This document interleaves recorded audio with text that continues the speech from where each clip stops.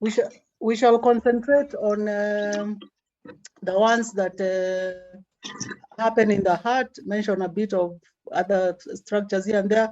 But today we are looking at the consequences on the heart. Of course, hypertension has consequences on other organs because it's a vascular disease.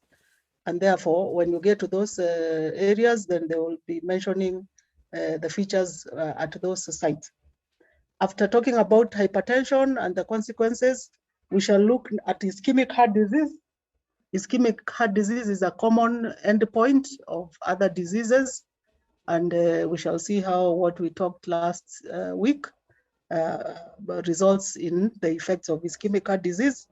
And one of the main ones we'll be interested in is myocardial infarction. Myocardial infarction is a necrosis because there's no blood flow. Okay. So starting with hypertensive heart disease, hypertension, you recall, can be systemic or can also be right-sided, affecting the lung vasculature, the circulation on the right side as opposed to circulation on the left side. So most of the time when we're talking about hypertensive heart disease, we are basically referring to the systemic, the left-sided one, but you have to remember that we also have a right side of the heart, and the vasculature that comes into play is what is in the lungs, because the blood is pushed to the lungs for oxygenation before it comes to the left and sent to the systemic circulation. So you can get hypertension in both sides, although eventually one leads to the other. The failure of one side leads to the other side failing of the heart. But from morphologic appearance, especially gross, we can be able to tell which was the more significantly affected, and therefore which hypertension are we talking about. So we have two, systemic and right-sided. Systemic more common, but right-sided is more common when you have chronic lung diseases. So now when you come to talk about chronic lung diseases, obstructive ones, and pneumoconiosis, those are the ones that can give rise to the right hand-sided hypertension.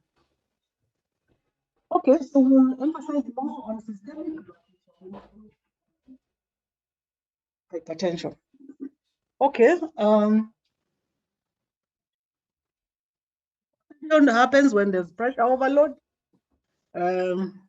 Because there's resistance within the vessels, the elasticity has worn out, and therefore there's resistance. The vessel causes some form of resistance to the flow as the heart pumps out blood. And because of that, the muscle has to work against an increased load. And we know from studying disordered cell growth that if you increase load on muscle, it undergoes hypertrophy, not hyperplasia. It undergoes hypertrophy, becomes larger to be able to cope. So we have an adaptive hypertrophic change. It is not a hyperplasia. There's no proliferation. It is enlarging to be able to pump against the increased resistance. Of course, if this is sustained, hypertension is not a disease that gives you much symptom until when it's causing complications. There's no pain, there's no whatnot until you're beginning to get the complications. So it can become sustained without one being aware. And when that happens, the muscle becomes hypertrophied, cannot be, the blood flow is not sufficient for the fibers, the myocardial fibers, and so you start getting myocardial dysfunction. And if it continues, the adaptive change where it was able to overcome the resistance becomes overwhelmed, and it fails, and you get dilatation and congestive failure. If there's pooling of blood, you get congestion. And when that happens, then you'll end up with edema. So you see how these things feed into each other, even though we separate them. So the hypertrophy, if it becomes sustained, it reaches a point. Human tissue is elastic, can stretch to cope with increased demand. But there's a limit. There's a limit to how much you can stretch a rubber band before it breaks. It's the same with these organs, basically, even in the other organs when you come to talk about it. But particularly in the heart, there's only so much hypertrophy it can undergo before it reaches a point of no return, where now it goes bad and you end up with dysfunction.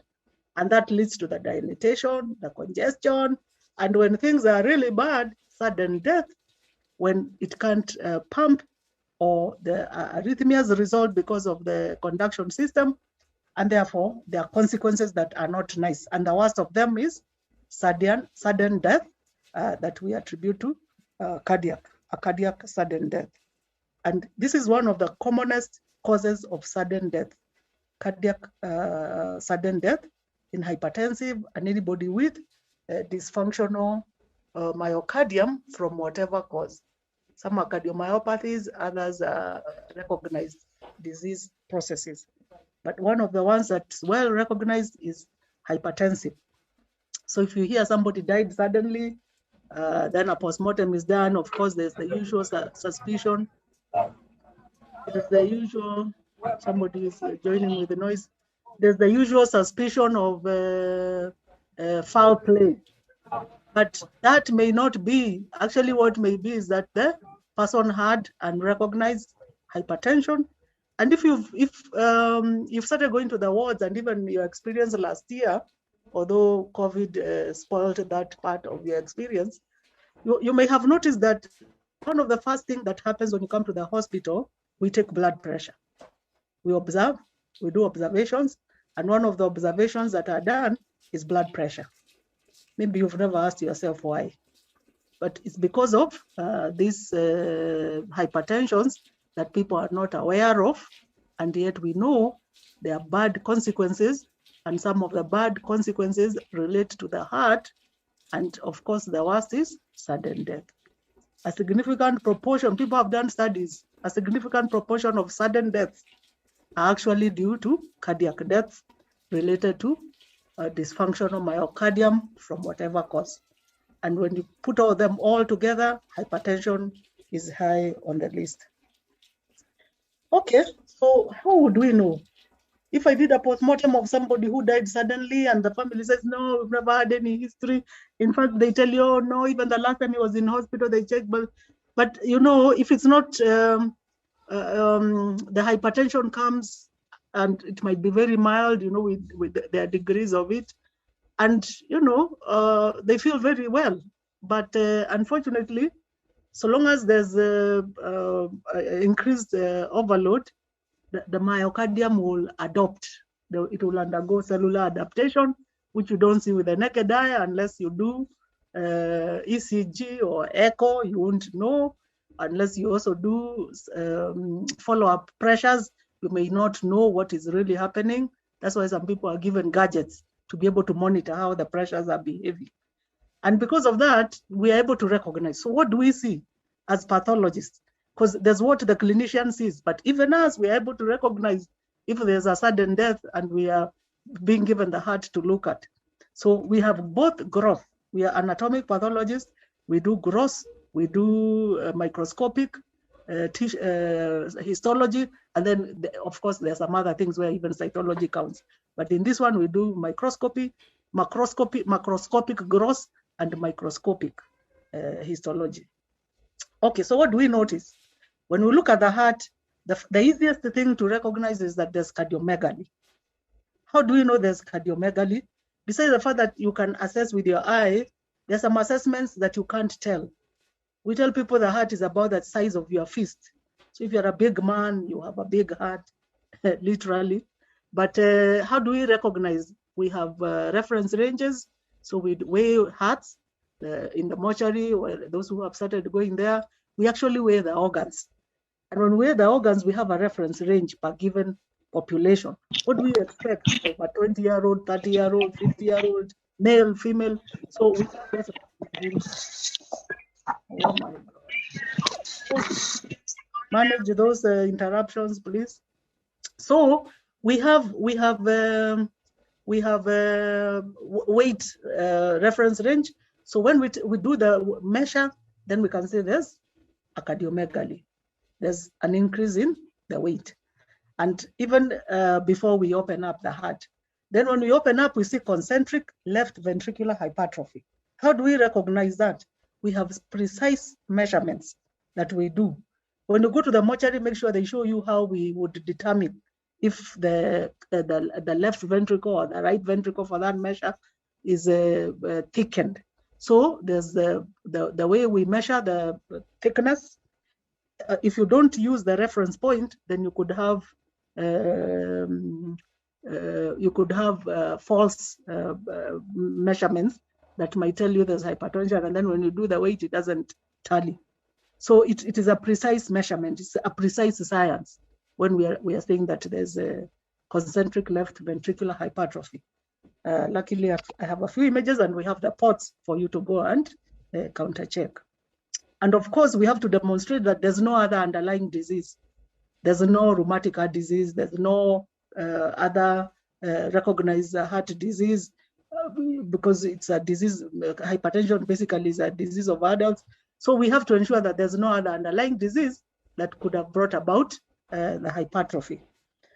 Okay, then if there was if it's a person who was in hospital, it wasn't a sudden death, they've been in hospital for a while, we have to have done several measurements and show that there's a borderline, that there's an increase in pressure, even if it's borderline, and we're talking of 140 over 90.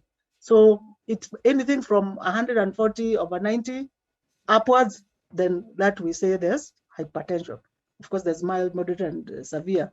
But if the patient went through the hospital and was admitted, then they'll be recording that at some point there was increased pressure from 140 over 140 and over 90, diastolic and systolic and diastolic. Okay, and it doesn't matter whether it's mild. If it's not contained, then it can also lead to a hypertrophy. There's a resistance. It's not flowing normal. You have to pump it. Is it the way when there's low pressure of water flow, people use pumps to boost the whatever. So even the heart undergoes hypertrophy to boost that pressure. Okay, how do we tell the thickness of the left ventricle? Must be more than 2 centimeters. If it is the right, which would be now the right side of the heart, the measurements are different because it's usually smaller. So when it is the left, it must be more than 2 centimeters. Okay. And if you weigh, it must be more than 500 grams.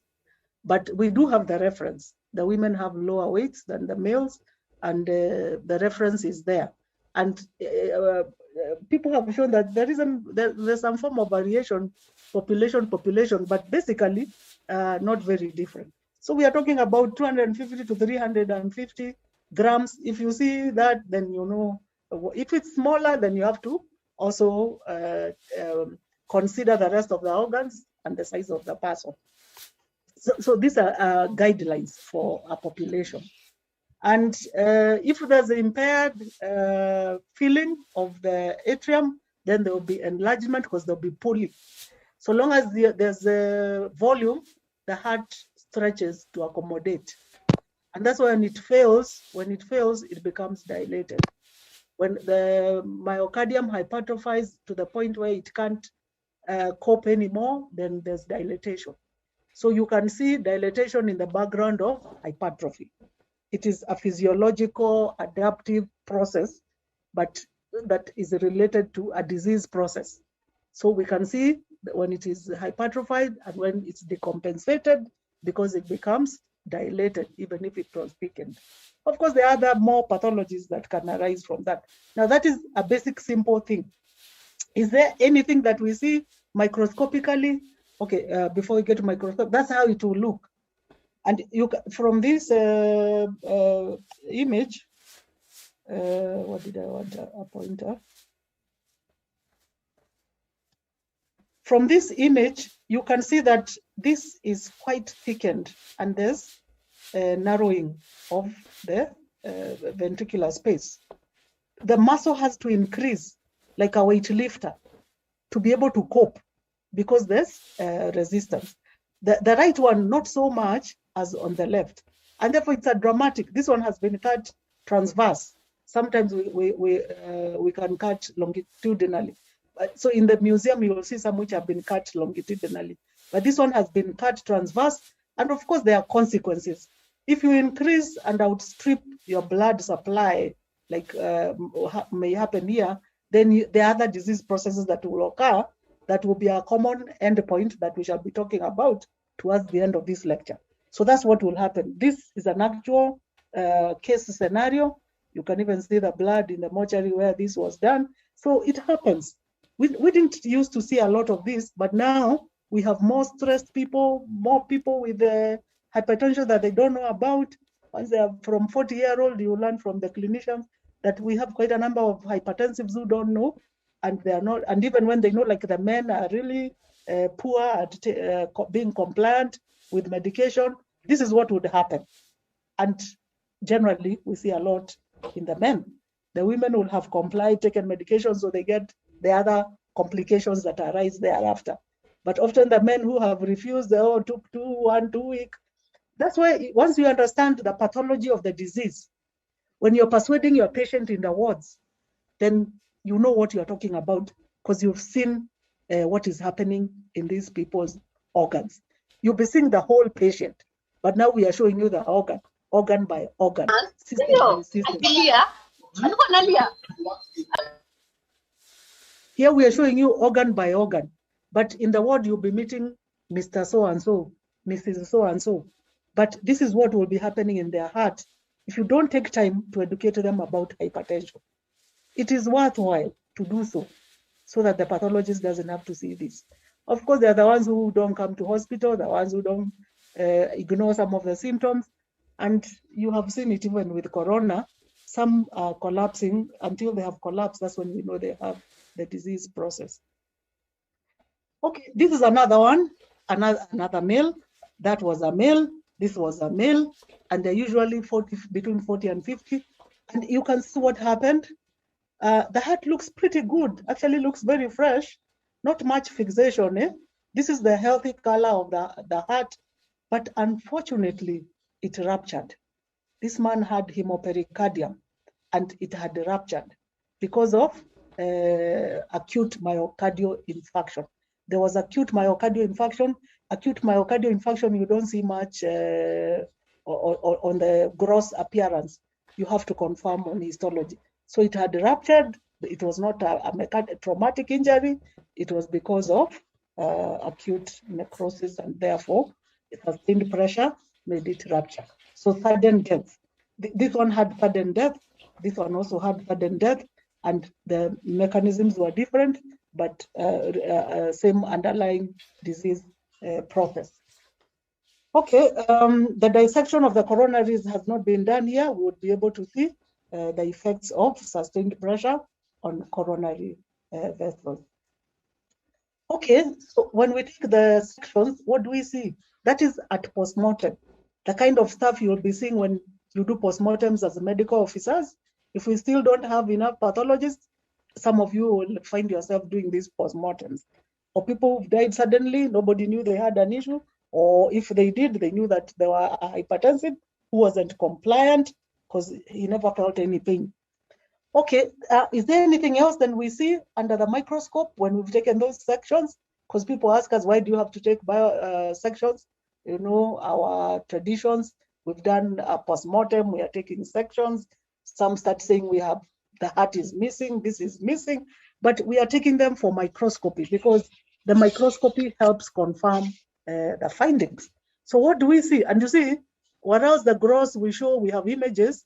The microscopy, you have tissue blocks which can be there for a long time, which can be reviewed. Should it be another disease running in the family that wasn't diagnosed, we can go back and we can be able to do all that. So what do we see on microscopy? On microscopy, we see that there's hypertrophy of the myocyte. If you remember, cardiac muscle is striated, and the way it looks, you are able to recognize the nucleus and the cytoplasm.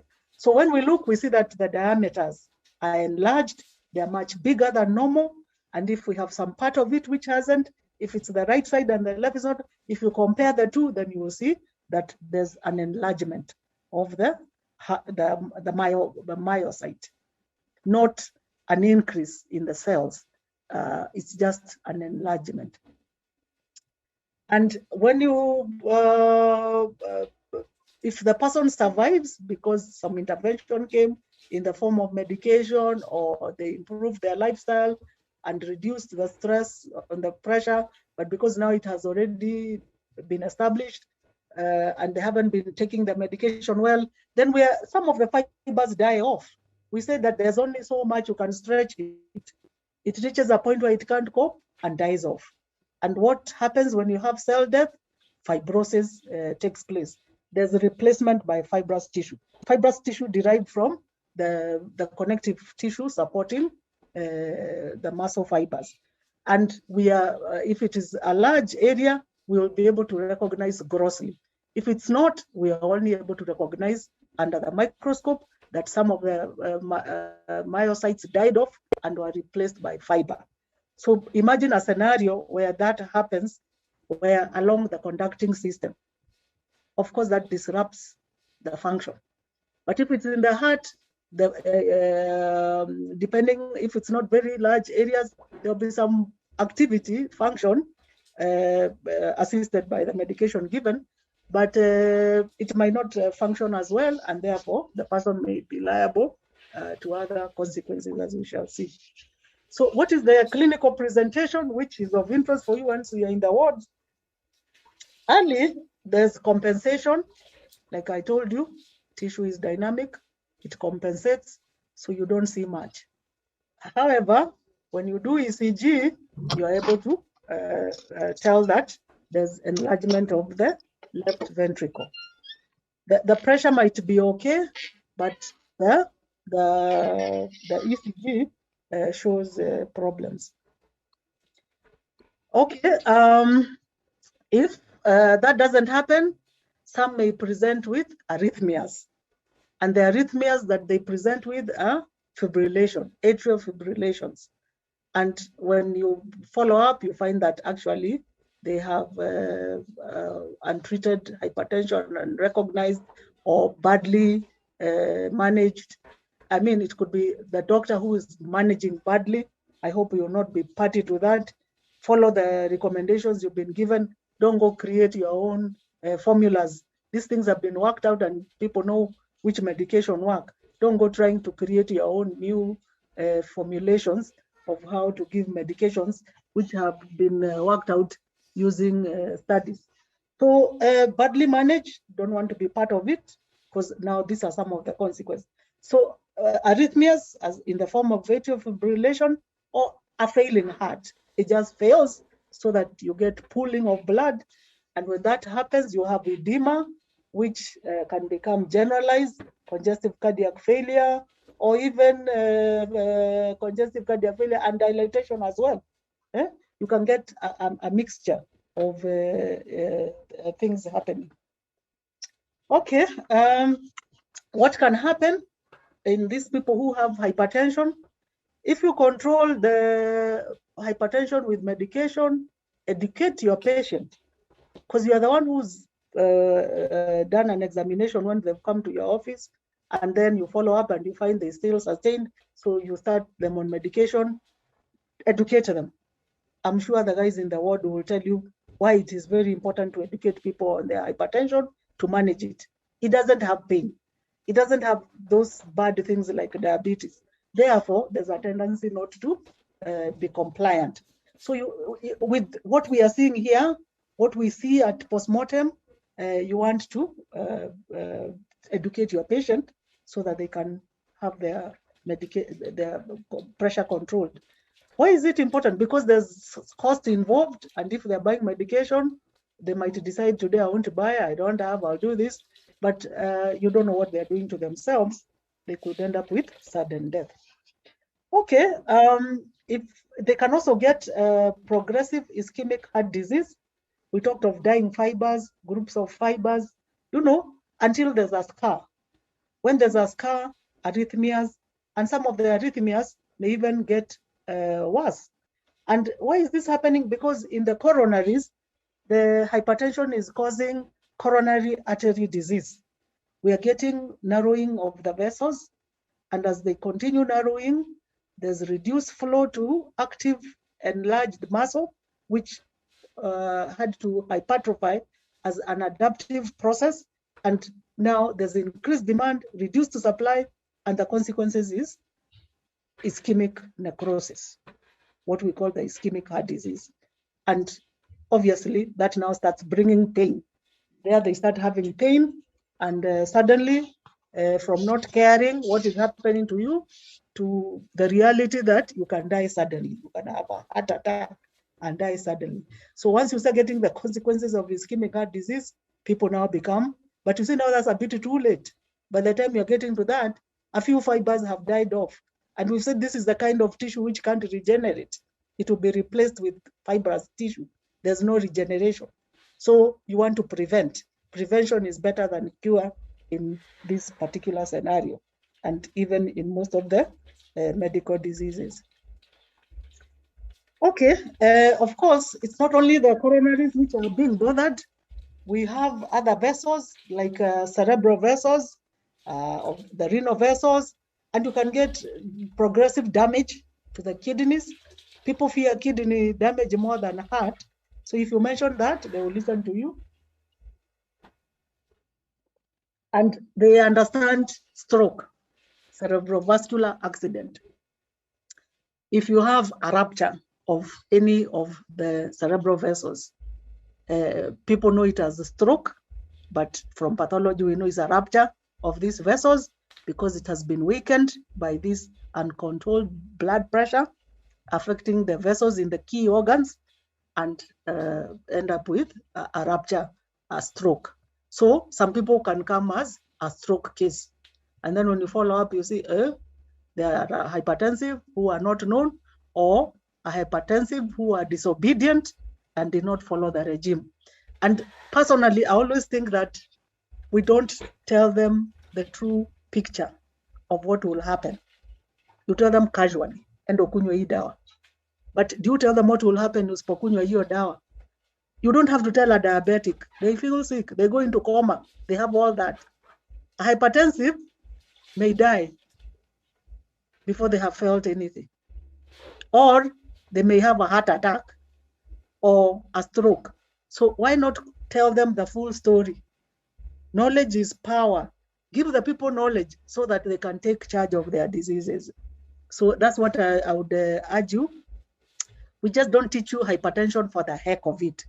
Now, when you go back, when you're doing your junior clerkship, pay more attention. Last year, you might have seen it as a nuisance from pathology. Pay more attention, because today we are showing you what happens to the lungs, to the heart. We will see more when you're doing the kidneys. When you come to the brain, you will see exactly what happens in the brain. I'm just calling it CVA, but now you will see the actual consequences. And if you're lucky, you may find a few postmortems which have that for you to see the real stuff. And when you understand this, then you will be able to present the information to your patients, be it at the primary healthcare level, at the curative level, your relatives who come to you asking you, I was told I have hypertension, blah, blah, blah. Now, if you don't use that knowledge you have, then you have sinned. Because if you know what is right to do and you don't do, you are sinning. Tell the Kenyans so that they can take care. We have too many Kenyans having these issues of hypertension and their consequences. When you do the vascular diseases, you'll be told some will come with dissecting aneurysm of the aorta, surgical emergency. So please teach the guys about the hypertension we taught you, about what you'll hear from the clinicians, because now we are showing you what happens when things are not done right. So there's the patient responsibility. There's the doctor responsibility. Make sure you do your part. Otherwise, we will have failed in teaching you this topic of hypertension. Of course, the worst, and which eventually ends up with us because we have to do them as either clinical postmortem, because this person at one point had been diagnosed to be a hypertensive, or was admitted and told a hypertensive but died, or a sudden death where people start thinking he came and ate rice in my house and now has died. You're told you poisoned, and the person has been having hypertension and didn't know and presents with the worst of the complications. So risk of sudden cardiac death. A significant proportion of sudden deaths are due to that. Okay, so that is systemic hypertension. How about the right-sided hypertension, pulmonary? So we talk of pulmonary hypertensive heart disease, or cor pulmonale. And when we are talking about this, the circulation where blood is pumped to the lungs from the right side, the unoxygenated side, venous flow, this is where things now are happening, as opposed to the other side that we've talked about. We don't talk much of this, but we have those who have been diagnosed to have this pulmonary hypertension, and there are reasons why they end up with this. And when we talk about it, we recognize that they have right ventricular hypertrophy. We were talking of left on the other side. Here it is right ventricular hypertrophy, and when it is overwhelmed, there's dilatation. So you start with hypertrophy. Then when there's dysfunction, because it can't cope anymore, it can't enlarge anymore, you get dilatation. Before it becomes too thin, it can become very paper thin. And because the right side is not as thick as the left side, it's prone to rupture more readily than the right side. Okay, and it can also lead to right ventricular failure. And usually it's because of the increased resistance in the pulmonary bed. And when does that happen? Pulmonary bed vasculature happens when you have chronic lung disease, diffuse chronic lung disease, not localized like TB, where you have apical cavities, diffuse. The charcoal sellers, the guys who mine fuels and whatnot, they have diffuse lung disease. The guys who snort things and injure their whatever. In fact, we are wondering, are we going to see some of these things from the guys who have recovered from COVID? Hopefully not, because the viral diseases basically heal well. But unfortunately, we may have the ones who end up with the diffuse fibrosis as an end result of the lung disease.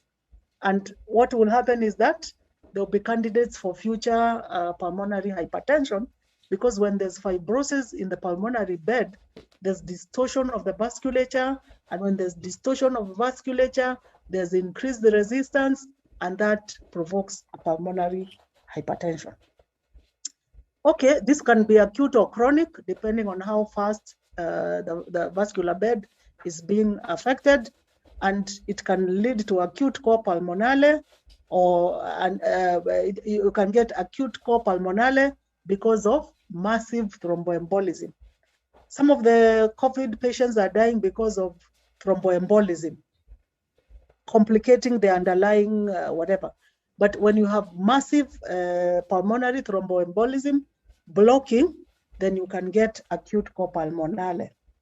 And therefore, when you're talking about right-sided hypertensive heart disease, then we are talking of distortion in the pulmonary circulation. Distortion in the pulmonary circulation. Most of the time related to fibrosing disease of the lung. The alveoli are thin little bags of air with some thin capillaries. But when you start getting interstitial fibrosis, from whatever reason, then we start ending up with this. These guys who are learning bad tabias of and what have you, those are some of the consequences that one will end up with.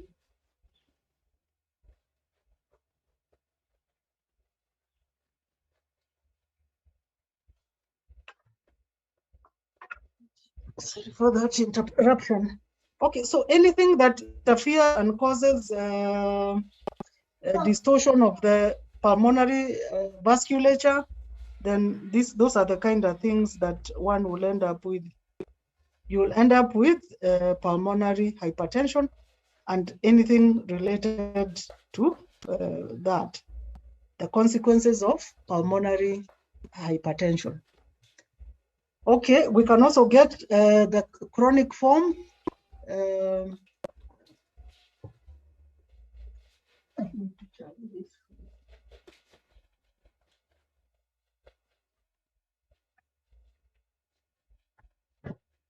We can also get chronic forms, usually when there's right ventricular hypertrophy and dilatation, and that is because of overload within the pulmonary artery. You get the overload caused by pulmonary artery obstruction or compression, and that can result from some of those chronic lung diseases like emphysema.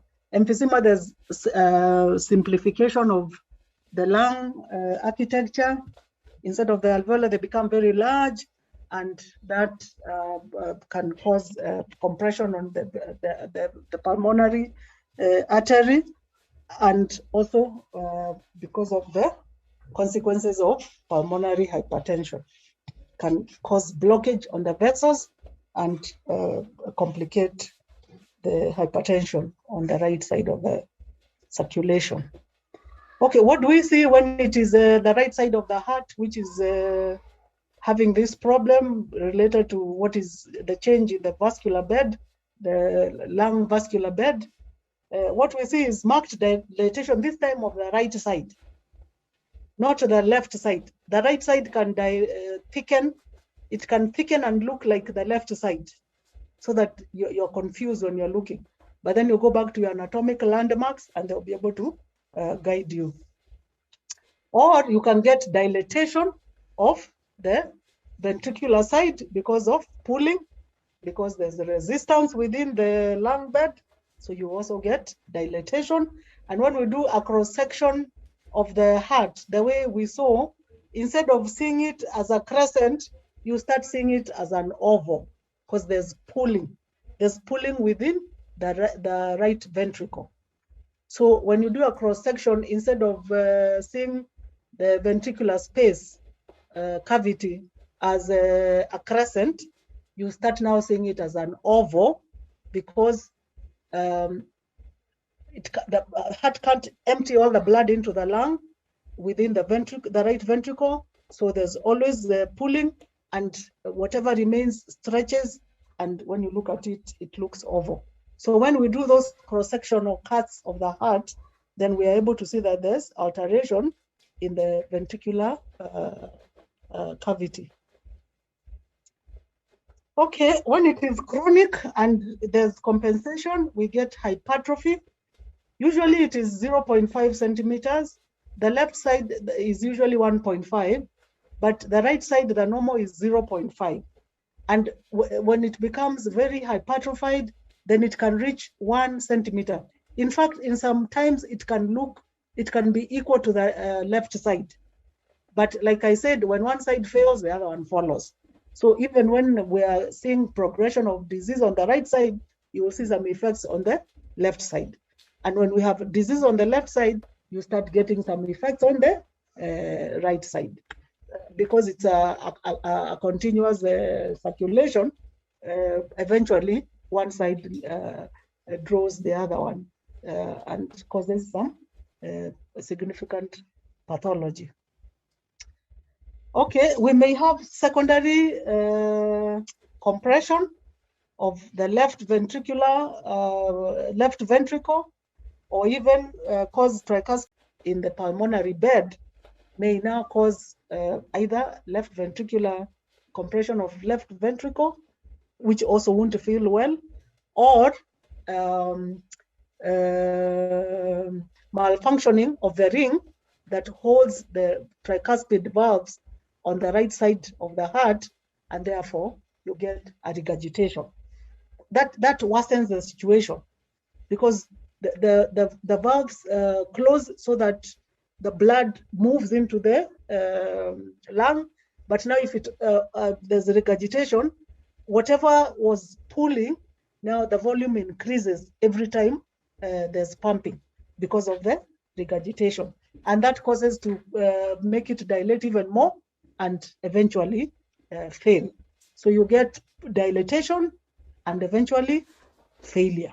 So the heart fails. It can't cope, unless you give medication or remove whatever the issue is. Okay, so what are the causes? We've talked about idiopathic pulmonary, idiopathic systemic hypertension, secondary hypertension. You learned about that, the systemic ones. Now, what causes copulmonale? Hypertensive heart disease and problems within the right side of the heart. Like I told you, anything that will interfere with the pulmonary vascular bed. Even if you forget anything else, just remember any fibrosis, any disease, any diffuse lung disease that heals with fibrosis, healing with fibrosis. There's distortion of the vascular bed. And it's that vascular bed where the heart is pumping against.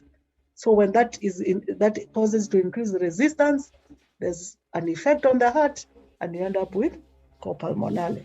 So which are these diseases?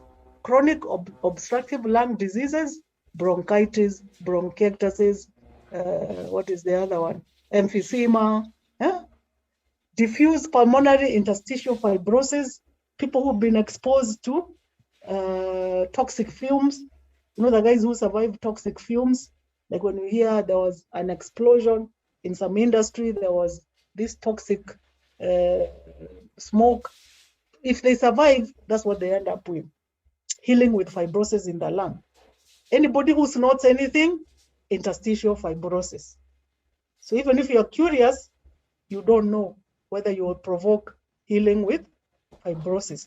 Unfortunately, we're living in times where people try things in their youth, which has horrible consequences when you think about it. Smokers, chronic smokers, for a short-term gain, you end up with bronchitis, what have you, which causes fibrosing effects on the lung. And then, of course, we have idiopathic ones, guys who just fibrose, or even cystic fibrosis, which is not a common disease in our setup. It's more common with the whites. Anything that heals with fibrosis in the lung. Tuberculosis can also, especially, but most of the time we end up with cavities in the lung. But there are some people who have had TB, and you have healing with fibrosis in extensive parts of the lung, so they can also end up with some of those consequences. So some of these things are not nice because of the distortion of the structure, structural distortion, because of the healing process. The healing process results in a distorted structure, and that distorted structure has an effect on the function. And here we are talking of the vasculature. Okay, other diseases arising elsewhere and landing in the lung, pulmonary thromboembolism. If people survive that, some cause sudden death. You can see now this is another cause of sudden death. Massive pulmonary thromboembolism is a cause of sudden death, and we don't have very good measures of predicting who will get it and who won't. So that is another problem.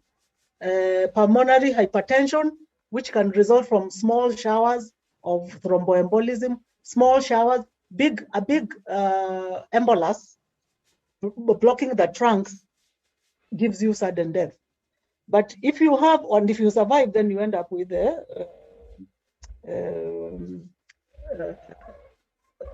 hypertension, pulmonary hypertension.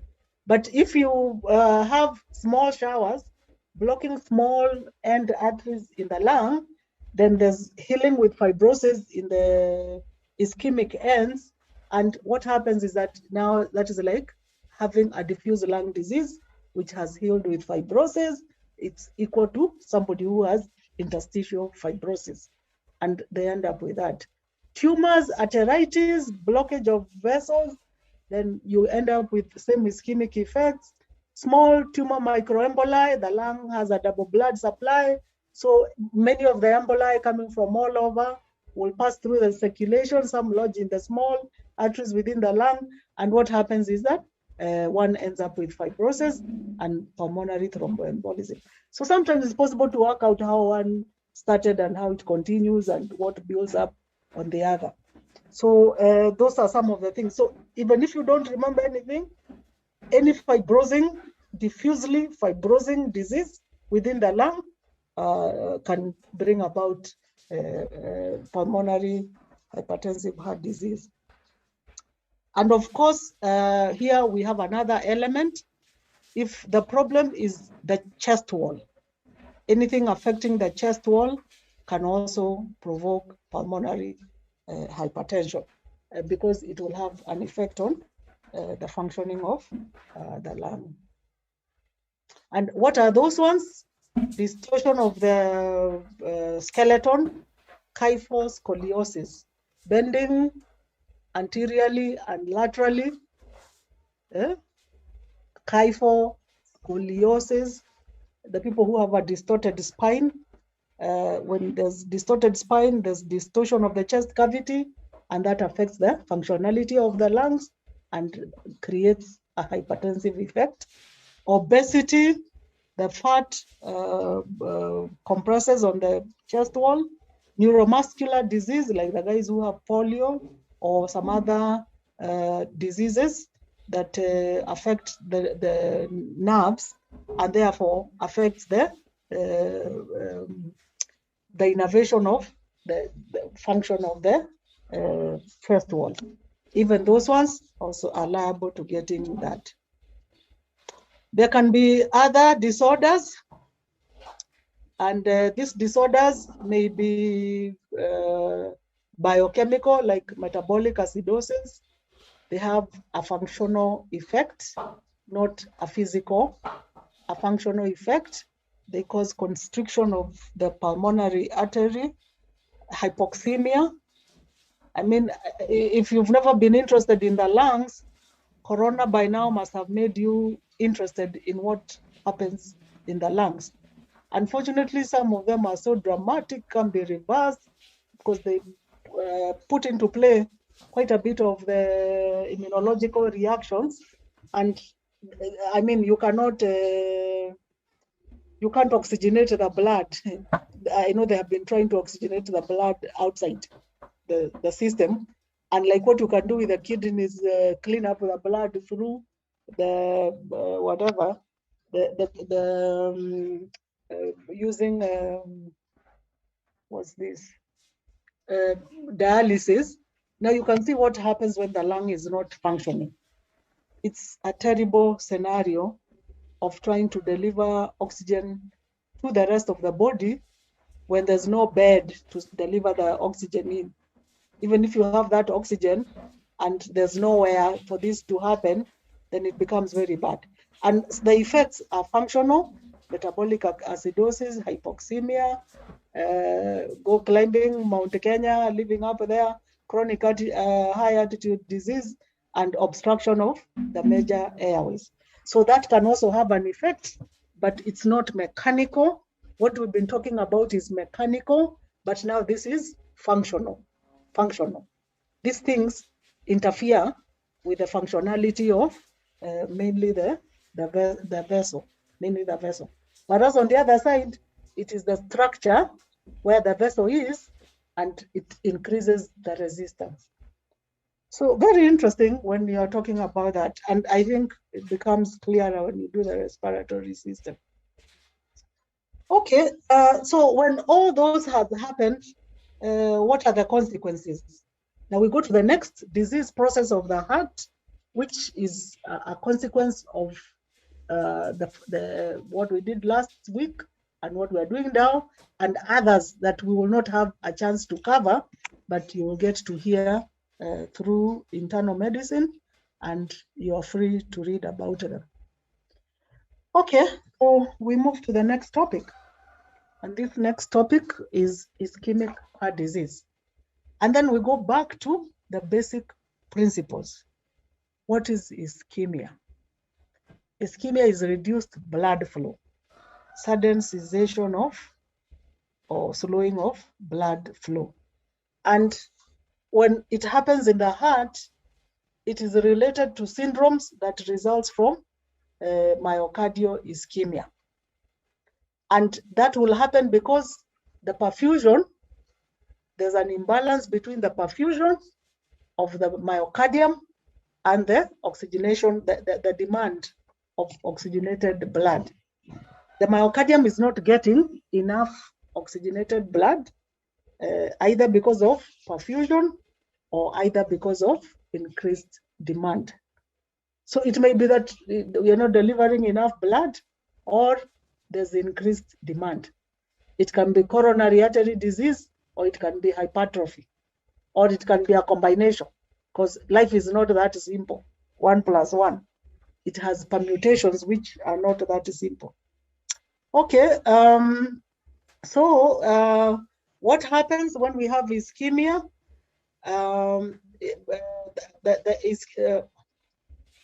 When there's reduced flow, it means that there isn't enough oxygen. Why? Oxygen is carried in blood in the hemoglobin. So you go back to your chemistry. There's a lot of chemistry involved in ischemia. Then decreased nutrients. The nutrients are carried in the blood.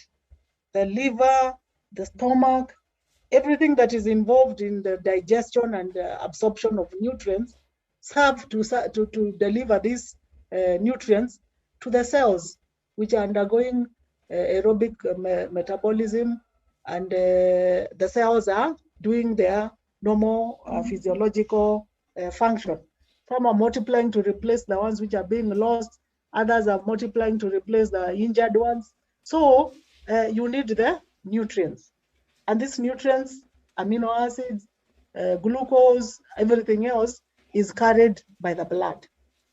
So if there's no blood, there's no oxygen, there's no nutrient substrates. And as if that's not enough, that is what is needed, but the metabolizing cells create a waste. And that waste, the metabolites, need to be removed. If they are not removed, they are harmful to the cells and they can cause problems. The example is what we had talked about, metabolic acidosis, having an effect on the vessels. And one has to realize that this is not the same as somebody who's not breathing enough oxygen. Somebody who's in a fire where there's smoke, there's reduced oxygen, so we talk of hypoxemia, but their blood vessels are okay. But somebody who has atherosclerosis, they have reduced blood flow, so that is what is ischemia. Hypoxemia is not ischemia. They are different. They may look like they have similar effects, but they're actually different. Okay, this ischemic heart disease, 90% of them are due to problems in the coronary vessels. These are the vessels that branch off from the aorta to supply the myocardium. Very little of the myocardium is supplied directly within the ventricular chamber. Most of it is through the coronaries all the way to the myocardium. And therefore, when we're talking of ischemic heart disease, it's basically like saying the person has coronary artery disease, because most of them have something to do with diseased coronary vessels. And many of these diseased coronary vessels are secondary to hypertension and the hyperlipidemias. So when we're talking of coronary vessel disease, there was a time we used to do postmortems and struggle to find coronaries that have problems. These days, you don't have to struggle. You will find them readily. We've done a lifestyle change. We're eating Muzungu food. We become sedentary. We are stressing ourselves with unnecessary issue. We are too busy doing nothing except stress ourselves. And therefore, I don't think you will miss seeing coronary artery disease. And of course, they're in degrees. I'm sure Dr. Olong has talked about that, or will be talking about that. So they're in degrees, and they are basically because there's damage to the vessel wall. And when that happens, when there's a deposition of, you started with atheroma, atherosclerosis. Atheroma is the deposition. Atherosclerosis is the effect that results from that deposition of atheromatous plaques. And then, of course, there are all other consequences that follow from that. And what happens is that now you end up with a chronic heart disease that progresses over a period of years. And some think that this coronary heart disease started, for some, it actually starts in childhood. So it will not be a hypertensive cause, it will be other causes. So ischemic heart disease has other causes besides hypertension. That's the sum total. Hypertension is one of those causes, but ischemic heart disease is a wider thing. And when we're talking about the coronary artery disease, even some people can present earlier than we see the hypertensive effects in the adult populations. Okay, this coronary heart disease is divided, or the ischemic heart disease is divided into four. We have the MI, myocardial infarction, you've had it in chemistry. And this is the severest of them all, in which there's a duration. The degree of severity is dependent on the duration and the severity of the ischemia. How bad the myocardial infarction is will depend on how severe the ischemia is and how long it takes before it is corrected, naturally or otherwise. And the bottom line is that not only do you have ischemic heart disease which can be reduced flow, but here there's ischemic necrosis, infarction. Go back to the principles. Infarction equals to ischemic necrosis. Ischemia equals to reduced sudden cessation or slowing of blood flow. And therefore here we are saying there's cell death because there's no blood flow. And when there's no blood flow, no oxygen, no nutrient, the cells just give up and die. Okay, the second one, angina pectoris. This is the less severe ischemia. It's not ischemia leading to death, but ischemia leading to some degree of injury to the cells, but not death. And these are divided into three. We have the stable angina. The person can't do much, but has learned to live with their disease. Then there's the prinzmetal angina you can't predict, because this one is caused by spasms. We shall see the details later. It's the reduced flow is because of muscle spasm, not because of luminal reduction by element of atheroma. No, this is the muscle around the coat, the muscle coat of the vessel wall, just undergoing spasm. The way you can get spasm of the calf muscles, and nobody knows what has provoked it, and so it's unpredictable. And it's unfortunate some die from it because the heart requires constant perfusion. Okay, then we have unstable angina, mostly because there's an atheroma that is unstable.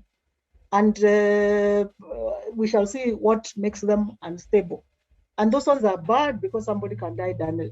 It's like you know you have a disease that can kill you immediately or any time. You're not sure when or how. So that is unpredictable. The prinzmetal, you know it is there. The prinzmetal, you know it is there, but what can you do short of taking medication? But this unstable one, you know it is there. And unless you either do like a bypass or something else, anything can happen. Okay, then we have chronic ischemic heart disease, where it's been there, it's continuing, it's causing problems. The patient lives with a lot of deficit because of it. And of course, what we don't want, sudden cardiac death. There can also be sudden cardiac death because of ischemic heart disease. We also talk of acute coronary syndromes. And when we are talking of the acute coronary syndromes, we refer to the first three: the myocardial infarction, unstable angina, and sudden cardiac death. So the three belong to the acute coronary syndromes. We are going back to coronary because we said most of the ischemia will be due to coronary vessel healing with fibrosis. And as you get healing with fibrosis, there's narrowing of the lumen, and it can be aggravated. Somebody can have a stable state where they have learned to live with reduced flow to their heart, where they don't do vigorous activity, but then they can be converted into unstable state by increased cardiac demand if there's increased hypertrophy or there's reduced blood flow. And when there's reduced blood flow or even oxygenation to the myocardium, that can happen because there's reduced blood flow. And that would result in a scenario where there's a shock. You might wonder, why do people die when they have shock? When they have shock is that there's no effective flow. And if they already had narrowed the lumen, then there can be sudden cessation. That can cause sudden cessation and result in necrosis, ischemic necrosis, or myocardial infarction.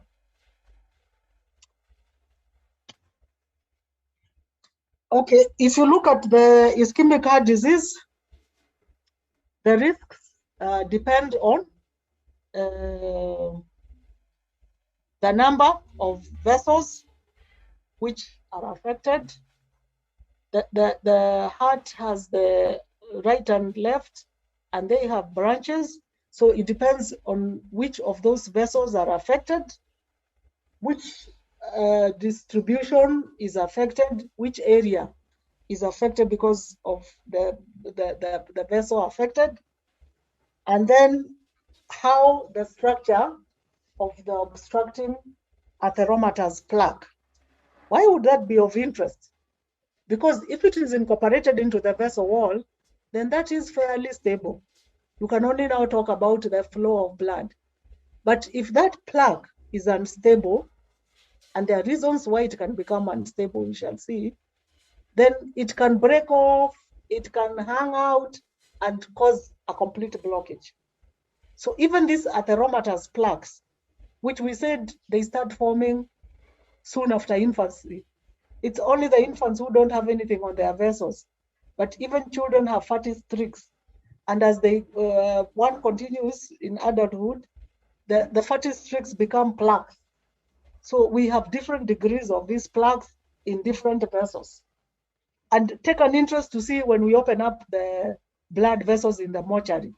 You want to see how a clean vessel looks versus one which already has atheromatous plaques, some which are calcifying, and some which are doing all sorts of things, because those are the ones that cause chaos when we are talking about coronary heart disease.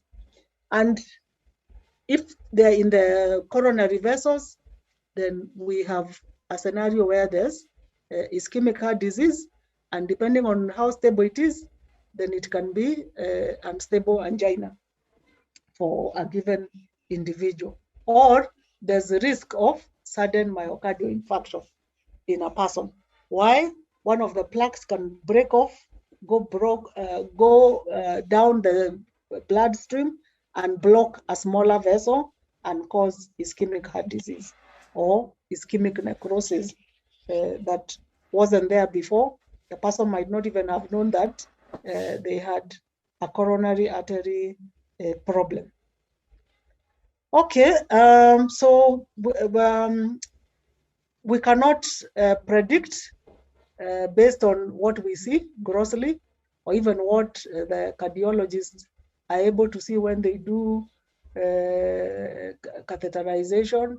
Cath labs, you've heard of cath labs, where they come and block. If somebody has had a sudden block, your survival or your quality of life will depend how fast they can get this unblocked.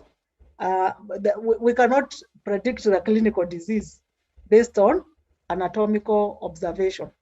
It is the disease is as diverse as the people themselves. Even when you have similar scenarios, similar blockages, the actual clinical disease is very individual.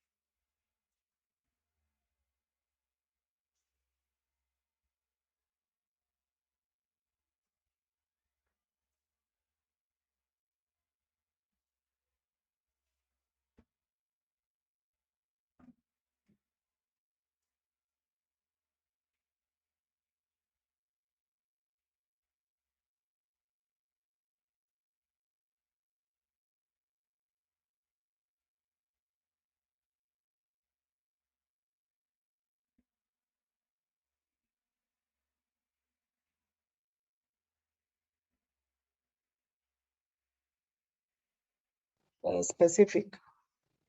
It's not predictable that if you have this percent, this, that you are the one who will be like this. No, you can have two people, similar depositions, but clinically, they don't have the same clinical effects or presentations.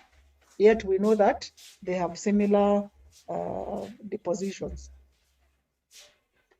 Okay, now we shall look more at the acute coronary syndromes, because these are the ones that cause a lot of drama in hospitals, and especially the accident and emergency centers. And we know that they happen because of the stable atherosclerotic plaques changing in character. And when does it, and usually it's an abrupt change, where it is, when we are talking about the fate of a thrombus, we told you how it can be incorporated into our own. It's the same thing with this. It's usually within the intima. You have the lipid accumulating, macrophages come in, fibrosis comes in, then it can be ulcerated, you get a thrombus, you get calcification, you get whatnot. But so long as you have an endothelial lining on it, it is stable. The blood flows well, it doesn't provoke thrombosis, things are okay. But when there's disruption that allows thrombosis to happen, or a calcified one to break off, then things become very unstable. And that's where we start talking of plaque disruption. And the plaque disruption can be because of erosion of the endothelial lining. If you erode endothelial lining, that's an injury. And when you injure a vessel, you provoke thrombosis. So what happens when you already have a narrowed or coronary vessels, having the endothelial injury, then it provokes a platelet deposit, a thrombus formation, a sudden blockage, and myocardial infarction can ensue unless intervention happens very fast. Okay, so surface erosion is not a good thing. An erosion is just eroding the top layer. But then you can get an ulceration which is deeper, and that even behaves the same way as an erosion. It provokes the blood coagulates along that site and forms a thrombus that can even break off and go and cause a problem. Or it can make the plaque grow because you get blood within the plaque and you get further narrowing of the vessel. So even ulceration is not a good thing. And this happens because of the force of blood passing through the coronaries. Remember the coronaries that branch off soon after the aortic valve. So they're very close to the high pressure that is coming from the heart.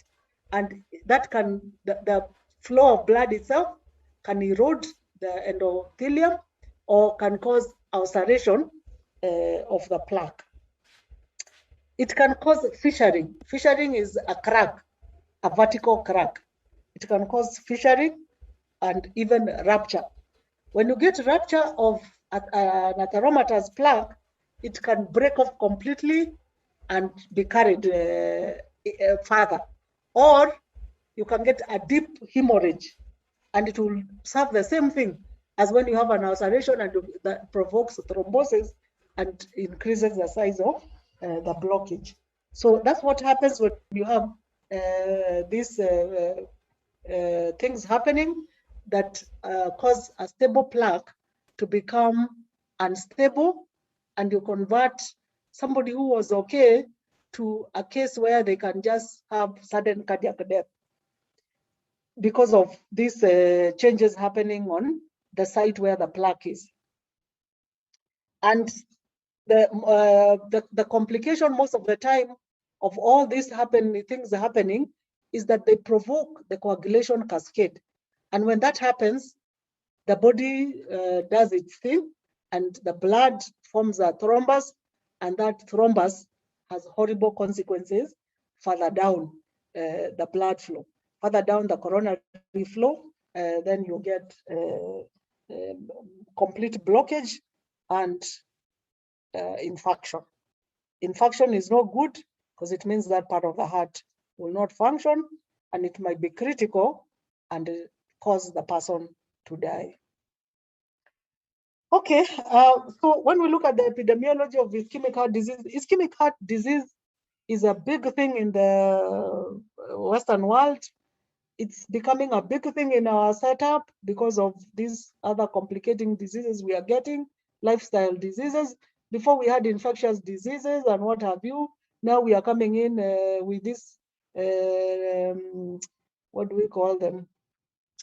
These lifestyle diseases are called non-communicable diseases, and ischemic heart disease is one of them. One of these non-communicable diseases that is becoming a headache in the third world, and especially the guys in towns. But we are also seeing it in the rural areas as well.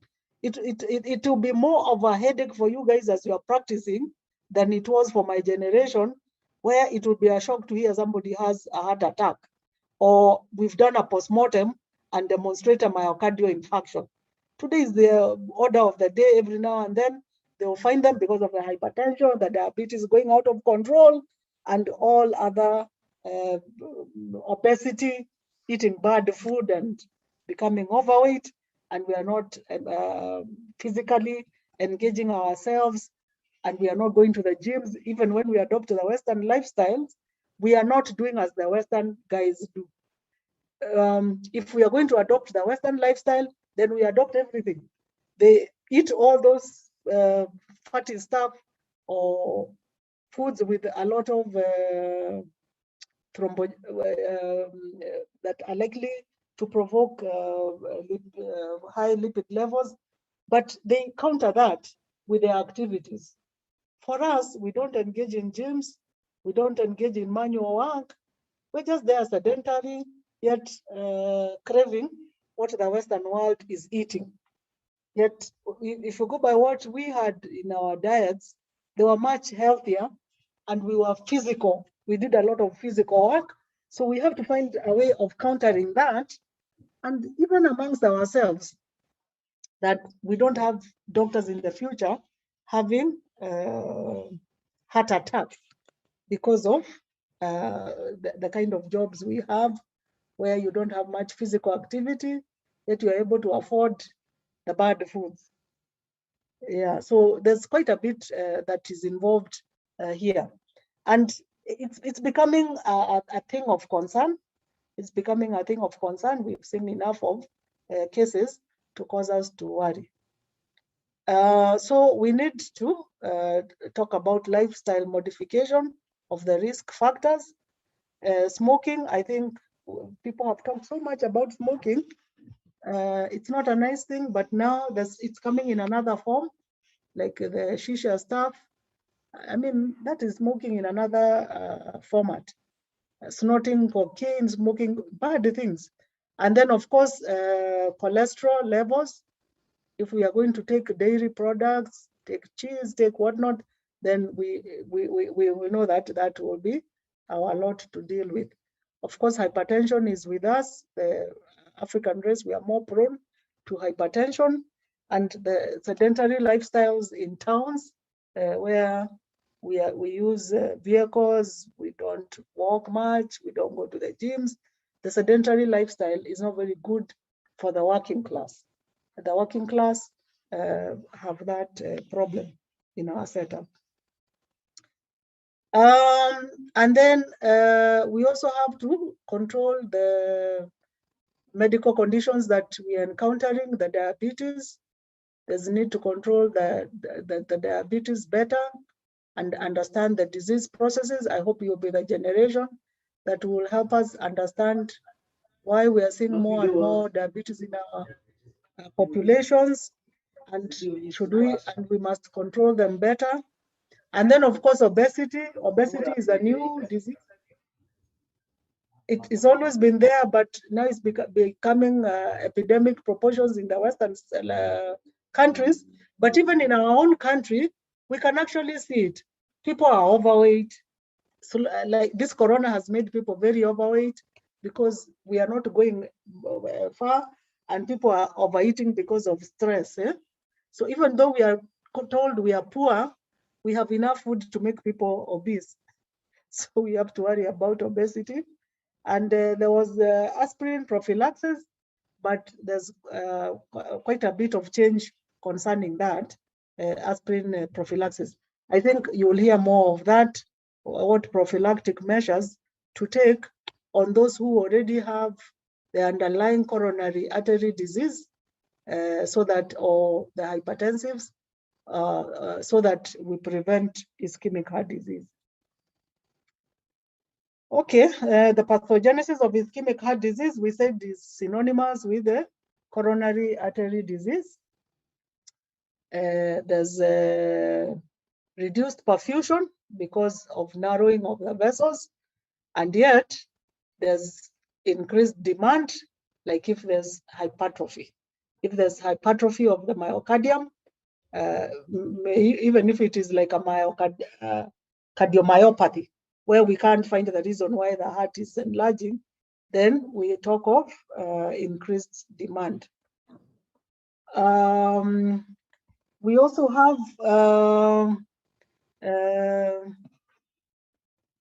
we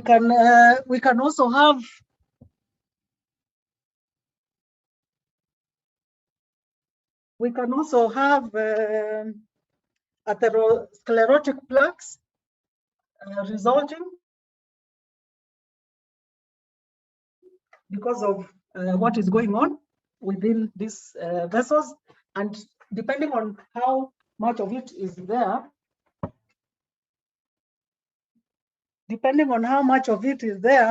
then we're able to see the effects. And most of these patients don't just have a thrombus; they have a plaque with lipid, and then a thrombosis that results. And it might not just be a simple atheromatous plaque. It is a complicated plaque where you even have calcification. A complicated plaque that even when they're trying to restore things, you find that they can't handle it. You find that they can't handle it because it is calcified. And that happens because of the complications that ensue on the plaques. And the deposition starts with the lipids along the vessel wall, organization into a fibro, you see where you see fibrous and fatty material within the vessel wall. And then if it keeps on ulcerating and provoking a thrombus, then you also have this bleeding into it. And it will depend how far along the vessel wall that one is seeing these plaques. So we also look at what percent of the vessel wall is involved. If it is a large percentage of the coronary arteries which are involved, then there will be problems even at rest. Yeah, one will have ischemia even at rest. So if 90% or more of the vessel wall is involved, and we're talking of right, left, coronaries, descending, all those, if more than 90% is affected, where there's narrowing of all those vessels, then you end up with ischemia even at rest. But if it is 75 or less, then it means that if it is over between 75 and 90, then at rest they are okay. But when there's increased demand with exercise, trying to move around, trying to do vigorous walking, then now it provokes an ischemia. They will feel pain. They will feel pain over the precordium because of the ischemia that ensues because of increased demand. So even at postmortem, when we have these patients who have are known to have coronary artery disease, either as a complication of hypertension, hyperlipidemias, obesity, or whatever underlying disease process is there, then we try to see what percent is involved. Yeah? And when that happens, then we are able to predict how that will go. At least they are able to do that. I told you that you cannot match that to the clinical effects. You cannot be able to match that to the clinical effects. The morphologic appearance cannot be, you cannot predict clinical effects on the morphologic appearance. But so long as it's over 90%, you end up with ischemia at rest. 75, above 75, only when there's increased demand, such as exercise. But if this happens over a period of time, if it grows slowly and not suddenly, if it grows slowly, then you've had the concept of collateral circulation. But in the heart, you don't have much of that. There are some areas where there are watershed areas. You may not be able to get effective circulation, but in some parts of the heart, there can be collateral circulation that sustains the myocardium so that you don't get a bad outcome. And that's why we are saying that you cannot predict. You cannot, I mean, we cannot match the clinical effects from the morphologic appearance of the coronary vessels. Which are the vessels that are usually affected? The left anterior descending, the left circumflex, and the right coronary artery. So you have the left, which branches and forms the circumflex, and then it continues as the descending. And then we have the right coronary artery, which supplies the posterior part of the heart, and those are the ones that are usually affected. The left anterior descending and the left circumference, meaning that the left coronary vessel is usually affected within the first few centimeters of the vessel where it branches off and where it continues, whereas the right coronary can be affected all the way to the apex. It can be affected all the way to the apex. And it can be a permutation of these vessels. It can be a permutation of these vessels. So you hear people of talking 3 vessel, 2 vessel. It's these 3 that we are talking about. You hear more that from the clinical point of view, and you might hear also from the surgical group. Okay, we talked about acute plaque change. It can be an acute change, and the triggers are complex. They are complex, although the flow of blood in the vessel has a big role in it. But there are other factors that come into play. And these factors involve even the structure of the atheromatous plaque, the composition. Is the composition such that it can break off easily? Is the structure such that it can become unstable easily? And then, of course, other extrinsic factors as the blood pressure. If the blood pressure is okay, it's possible to sustain flow through there. But if you interfere with the blood pressure, then, there's no effective flow through the vessel, and therefore problems within. And of course, the platelet activity. Why is the platelet activity important? Because when there's disruption of the plaque, they're the first ones to provoke a plug formation, a platelet plug formation followed by trapping of red cells and a thrombus. At all costs, if we are able, the aspirin was supposed to prevent this activity happening, but I think there are all sorts of things how it's not helpful. I don't know what. You can go into the theories of those. We are anatomic, we are more interested in the things we can see. If there was no thrombus happening, then you would just have reduced flow. But now, like we said, tissues are elastic, they are living, there's reorganization, remodeling. It doesn't remain static. There's replacement with new and old lost. So there are all these factors that come into play. And unfortunately, when you have this distortion of the coronary vessels by the position of atheromatous plaques, then you have the undesirable effect where the platelets come into play and provoke the formation of the plaque that eventually creates a myocardial infarction and increasing ischemia, and actually now even sudden death when a large area is affected. So platelet activity is a very important function in disrupting a plaque.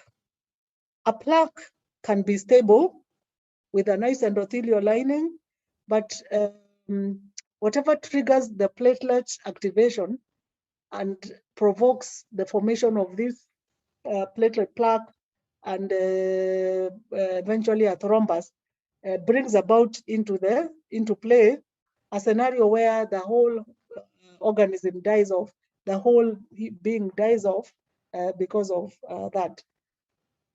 That hasn't been sorted out as yet. They thought they had sorted out by giving aspirin, preventing that. But people say that doesn't quite work.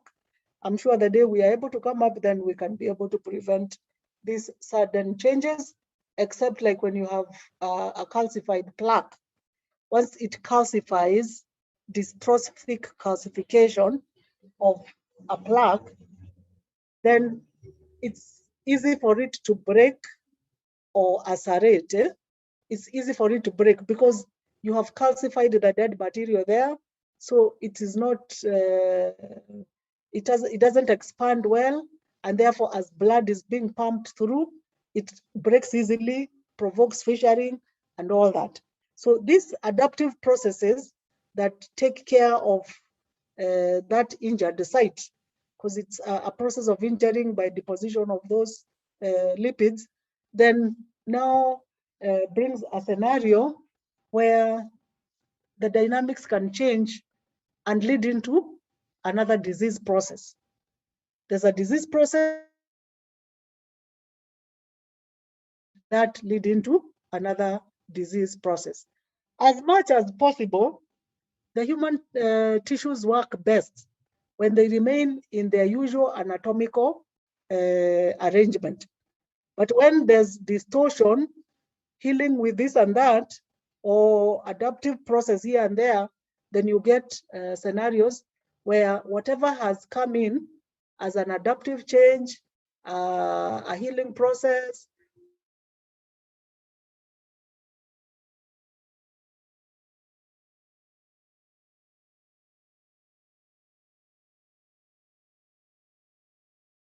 process. Okay, and some of the other things that are involved in this disruption of plaques involves inflammation. If you're going to injure endothelium and the underlying tissue, the physiologic response of inflammation must happen. So inflammation also comes in. And of course, you've learned that in inflammation, you have other substances that are produced by cells that also damage. So when you're thinking of the coronary vessels and you're damaging more, you're just creating a scenario for more healing with fibrosis, and you end up with atherosclerosis, and also the process of making the plaque unstable. So whatever is happening in the rest of the body, even at that site, you have that. Activation of the platelets, inflammation following, and if it is calcified, cracking and fissuring, and all that we have mentioned. Okay, the worst of them all is when you have thrombosis ensuing, because thrombosis will be provoked and can eventually form a large enough thrombus to block the remaining space that was there when there was the plaque. The plaque narrows the lumen. A thrombus makes it worse because it's on the luminal side, whereas the other one is within the wall. But this one is on the luminal side. It blocks or can break off and actually cause complete ischemic necrosis.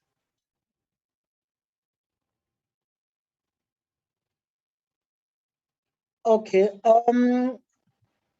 there's another concept of vasoconstriction, and vasoconstriction happens because the vessel walls have 3 layers of tissue. There are 3 layers.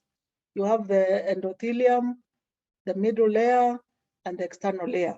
And the middle layer has muscle. You have muscle. And this muscle is smooth muscle and can it actually contracts and allows for passage of blood so that you maintain pressure. And therefore, it can also contribute towards narrowing the lumen when there's already compromise by when you have compromise by the plaque. In fact, vasoconstriction is so important when we're talking about prismatal angina because there's no structural change. It is that constriction, not construction, constriction that narrows and even blocks and can result in death. So vasoconstriction contributes towards narrowing the lumen where there's already a plaque, or it makes it worse even when it is the prismatal angina, where there's no structural abnormality, there's no thrombus forming, it is just the muscle being too active, constricting the lumen and causing a complete cessation of flow for a prolonged period, long enough for the myocardium to die. And if it dies in the critical areas, then the individual also is knocked out by it. Okay, so now we go to angina pectoris. And we said angina is one of the ischemic conditions, and it is defined as a symptom complex of ischemic heart disease. This can be paroxysmal and can be recurrent and presents as substernal or precordial chest pain or discomfort. People say it's a crushing pain. I think you will get more of those description from the clinicians who deal with that end of things. The patients say they feel like somebody is constricting their chest. It's not that they can't, they also say they can't breathe, but they feel as if there's a crash, very painful, the kind of pain they have never experienced. I mean, there are all sorts of things related to an impending heart attack. So there's more story to that than we discuss here. We can't discuss everything. So now there you go. We were supposed to be we were supposed to have coordinated lectures between us and internal medicine, but that doesn't quite work out. So that when we talk about the pathology part of this disease, you hear the clinical part, and therefore you're able to have the complete picture. The idea is not to break it into pieces, bits and pieces, but to have the whole story. This is how the patient comes, complains of this, blah, blah, blah. When you examine, this is what you hear. When you auscultate, when you do your ECGs, the echoes, this is what you find. Suppose the patient dies, what do we see? This is what the pathologist sees. So you're supposed to connect the dots that way, not have them hanging all over, but connect the dots that way. But there's a tendency of dumping the pathology things with the pathologist, dumping whatever it is with the clinician, but you're supposed to see the whole patient. What do they complain of? Blah, blah, blah. What is happening in their heart? What would we see if we were to look at the heart? You're supposed to be able to do that. And because now you're in pathology, this is what we talk about. Go to chemistry, they will tell you when you bring a blood of a person complaining of this angina, what do we see? And what you are seeing has come from injured cardiac muscle. And the injured cardiac muscle, we are able to recognize it ourselves. But for them, they're able to recognize what it's producing into the blood. So connect your dots like that. Then you have the whole picture. You can talk of a patient in totality, not a patient in pathology, a patient in chemistry, a patient in ward. No, the whole patient. How they came, what you took to chemistry, what the internal, the AP guys are talking about, what is in the blood at the hematology level, so that you are able to complete your picture. Okay, so they talk of paroxysmal, usually recurrent attacks of pain, precordial, substernal, discomfort, and it can be 15 minutes or it can be longer. But of course, we talked of duration, severity, what have you. So the longer it is, the higher the chances that the cell would have died off to the point of where there's no reversible, the injury is irreversible. And this is what we talk of, irreversible cell injury. So if the ischemia is too long, then it becomes irreversible. But if it is not long and they do catheterization and unblock the blockage where the blood wasn't flowing, then you can restore circulation and you can restore functionality, not 100%, but good enough for the person to continue with their life. Okay, so we can have stable or the typical type of angina, which is the more common form. And this is because of progressive stenosis by atherosclerosis. The atheroma organizing into atherosclerosis. The sclerosis part tells you fibrosis is setting in. whatever was there is being mopped up by macrophages, and because there's injury, it's being replaced by fibrous tissue. So it is a continuous process that is stenosing or reducing the lumen. So stable, typical, predictable. And they feel the pain when there's increased demand by the myocardium, which surpasses what the functionality is because of the disease process. The disease process reduces the functionality. Instead of 100%, they only function at 60 or 40. So they've learned to live with that. But for some reason, you excite them, they become excited. That's why you see in movies, people suddenly holding their heart because they're angry, holding their chest. Or they were shouting at somebody and the next thing you see them down. That is increased demand, emotional excitement. It happens in patients in the wards.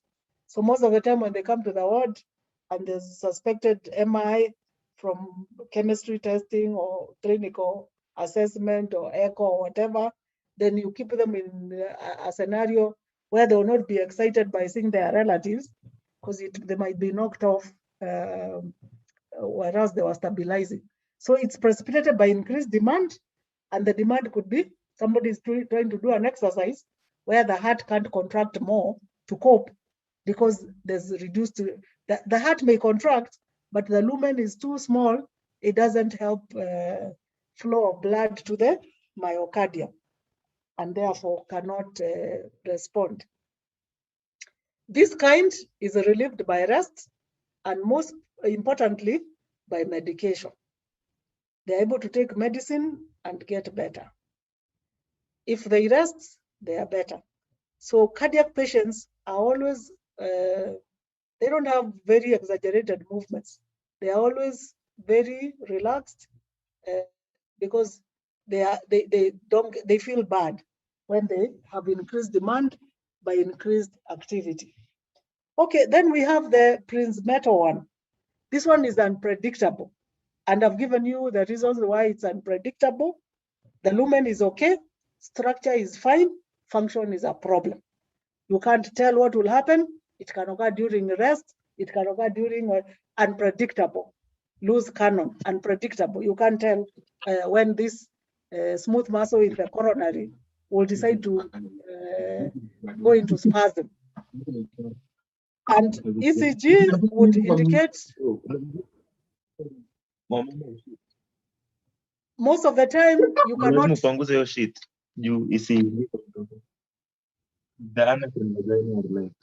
Ziko tu karibu.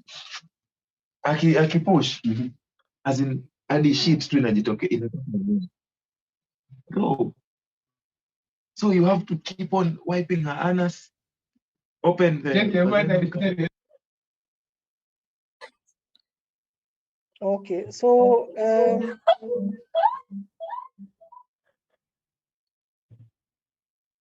okay, so the ECG would be able to show the ST segment elevation, and that would show you that there's ischemia because there's no structural demonstration. You can't demonstrate.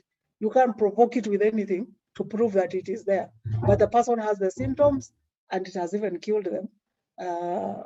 And they actually respond to vasodilators and you're able to take care should they be rushed to hospital. Then we have the unstable one.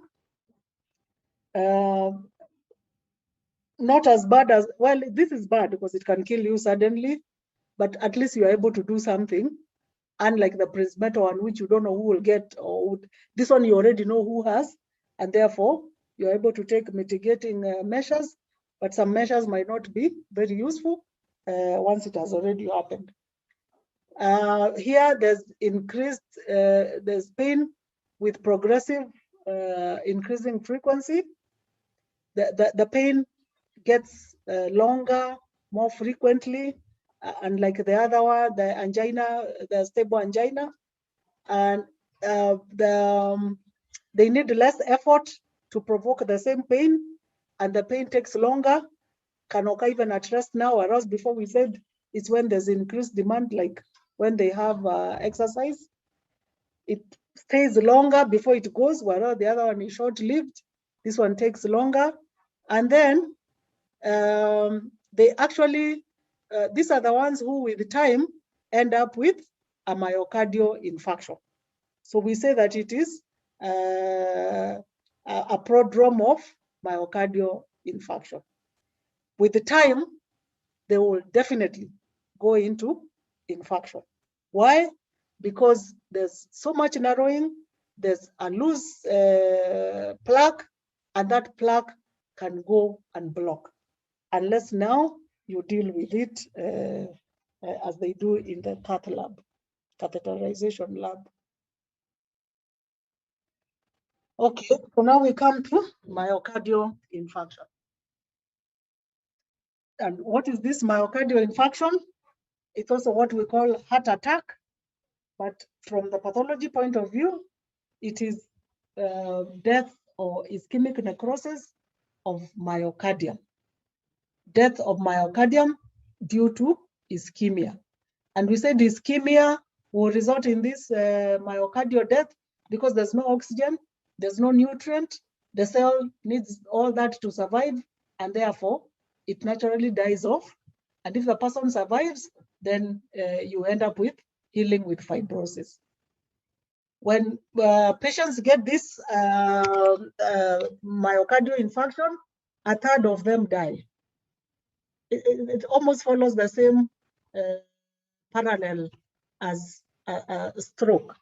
So a third of the patients die. This ischemic necrosis or infarction is transmural. It starts from the endocardium, myocardium, epicardium, right across. That's what we mean by transmural. If we cut through the wall, we'll see that it starts right from the endocardium, myocardium to the epicardium. But often the subendocardial part may survive because of the drawing nutrients from the blood within the ventricular chamber. It can go beyond the area of supply of the coronary vessel. It can extend beyond that part, and that is because of the inflammatory effects that are there. And remember that we had also talked of reperfusion injury also. You can get reperfusion injury, like if they have had an area of the muscle injured, and then you restore circulation, they can end up with reperfusion, so it can also be larger.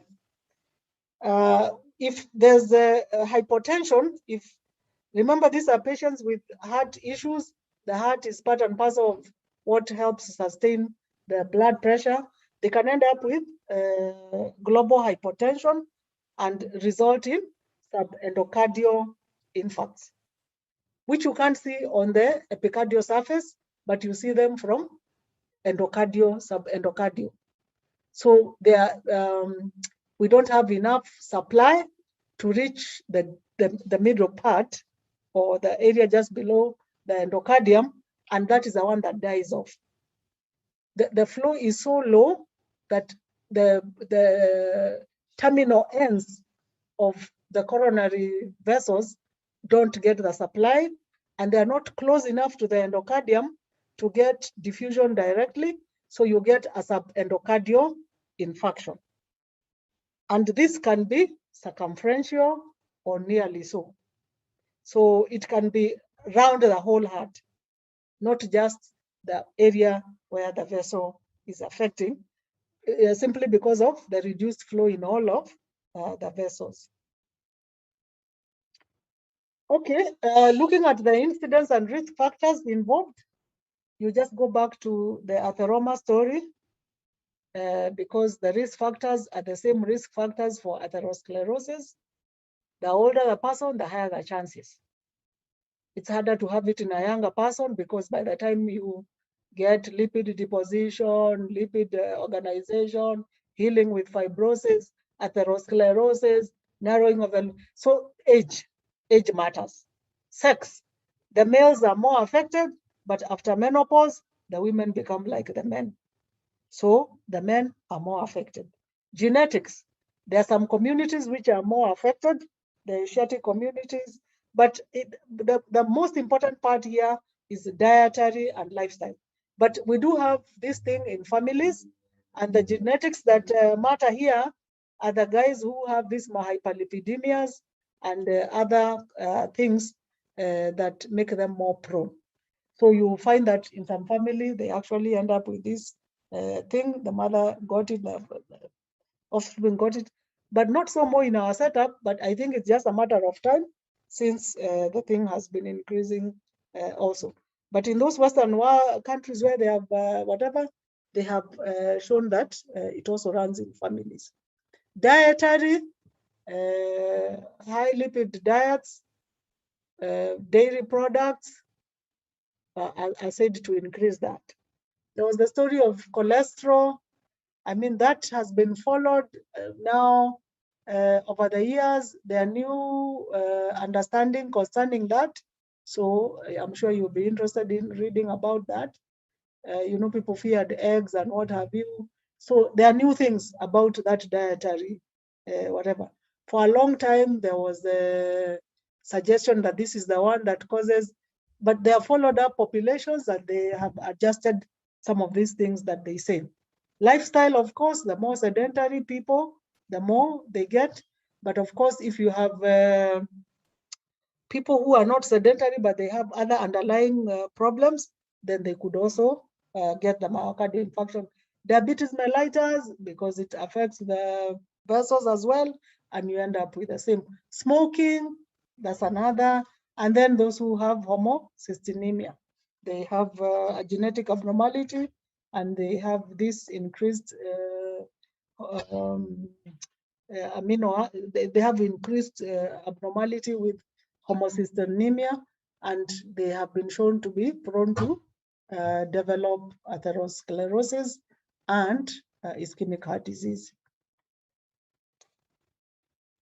Okay, we said it increases with age, and those are the statistics that they have shown, that it's only about 10% in those who are below 40 years.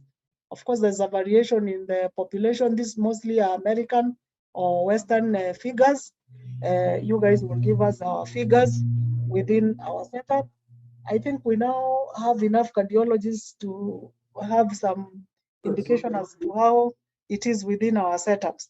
But these are Western figures that it's about 10% in those less than 40 years. But of course, if you have hyperlipidemias and those other genetic factors, these are the patients that present early. Otherwise, most of the time, these myocardial infarctions are diseases of middle age and old age. But if there's a predisposing factor, then we can even see them in the 30s. Hyperlipidemias, you can even get people dying from a heart attack in their 30s. And in fact, like a prediction that they will end up with a heart attack unless you do something. Okay, it's been shown more in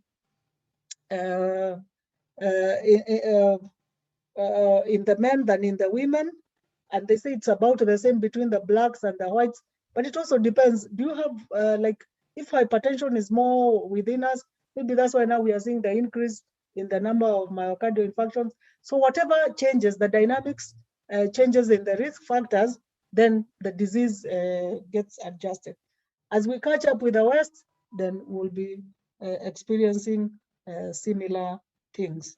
In some setups, some of the Asian communities, like the Indians, they also have high risks of this, despite the fact that we know how their diets are, but they also have the dietary factors. Okay, pathogenesis, we had already mentioned that it is a coronary artery occlusion, and the occlusion is due to disruption in atheromatous plaque. So when you're, this is ischemic heart disease, except for the principal one that we were talking about, the rest is synonymous with atherosclerosis. That's why it was being called a coronary artery disease. A coronary artery disease, but of course it's not the only thing, but 90% are due to that.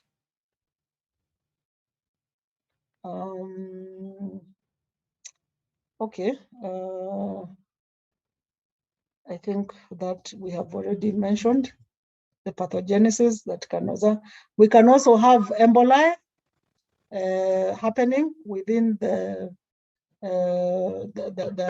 chambers, the atrium, and when we have that, then can break off and block and cause acute ischemia.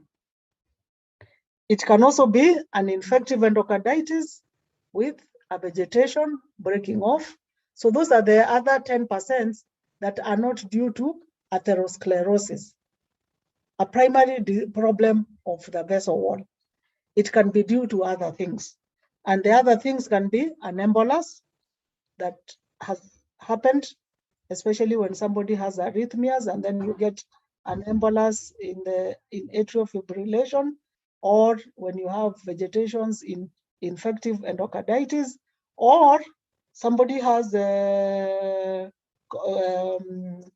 VSD, or they have defects and they get a paradoxical emboli. Then it can go and lodge in the coronaries and cause a myocardial infarction. Those are minor.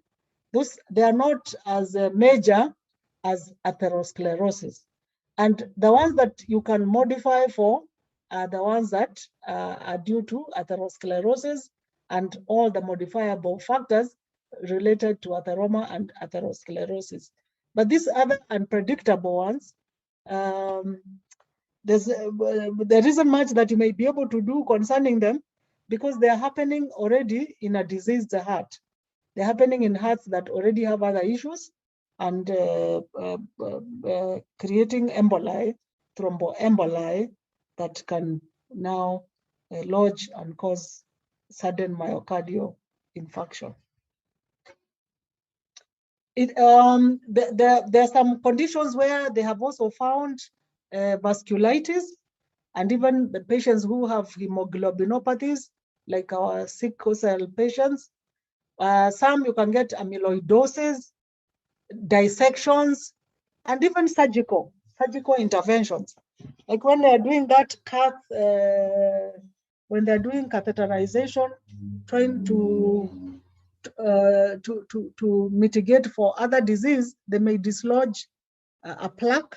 They may dislodge a plaque and create an MI.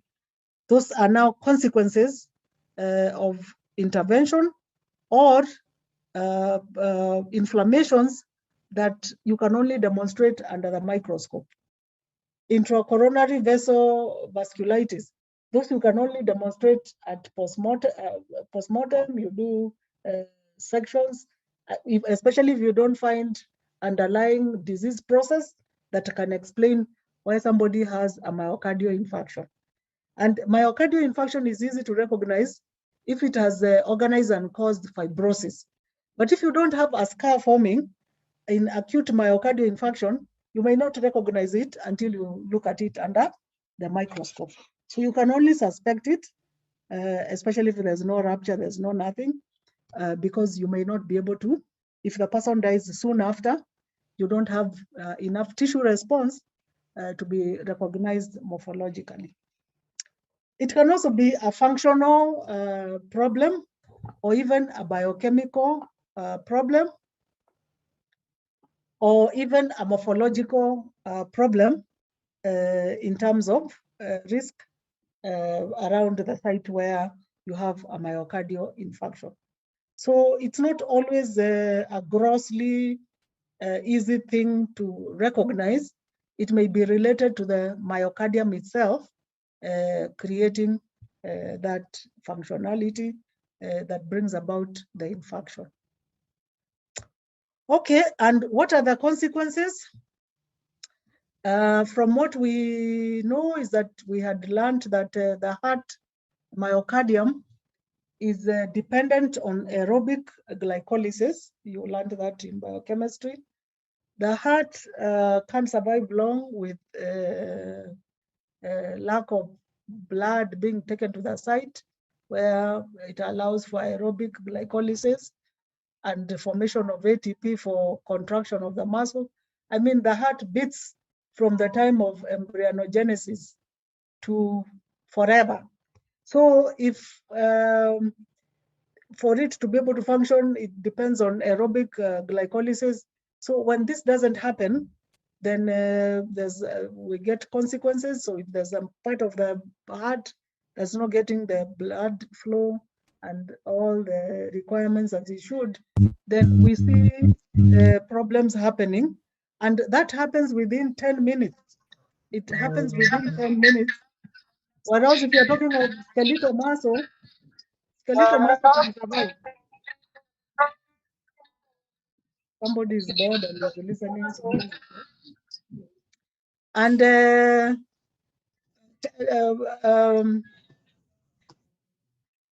there's reduction of ATP to 10% within 40 minutes. And what happens is that you get accumulation of lactic acid, whereas skeletal muscle would then be able to metabolize that. The cardiac muscle can't do that. And what happens is that there's loss of function and there's loss of contractility, and it starts within 60 seconds and becomes a failure 20 to 40 minutes. That's why we say if somebody has a risk for heart attack, they should be rushed to the nearest hospital as possible, a hospital that is able to catheterize and restore circulation. Because if you don't, they could end up with the consequences of the ischemia or the infarction. They could end up with consequences of the infarction.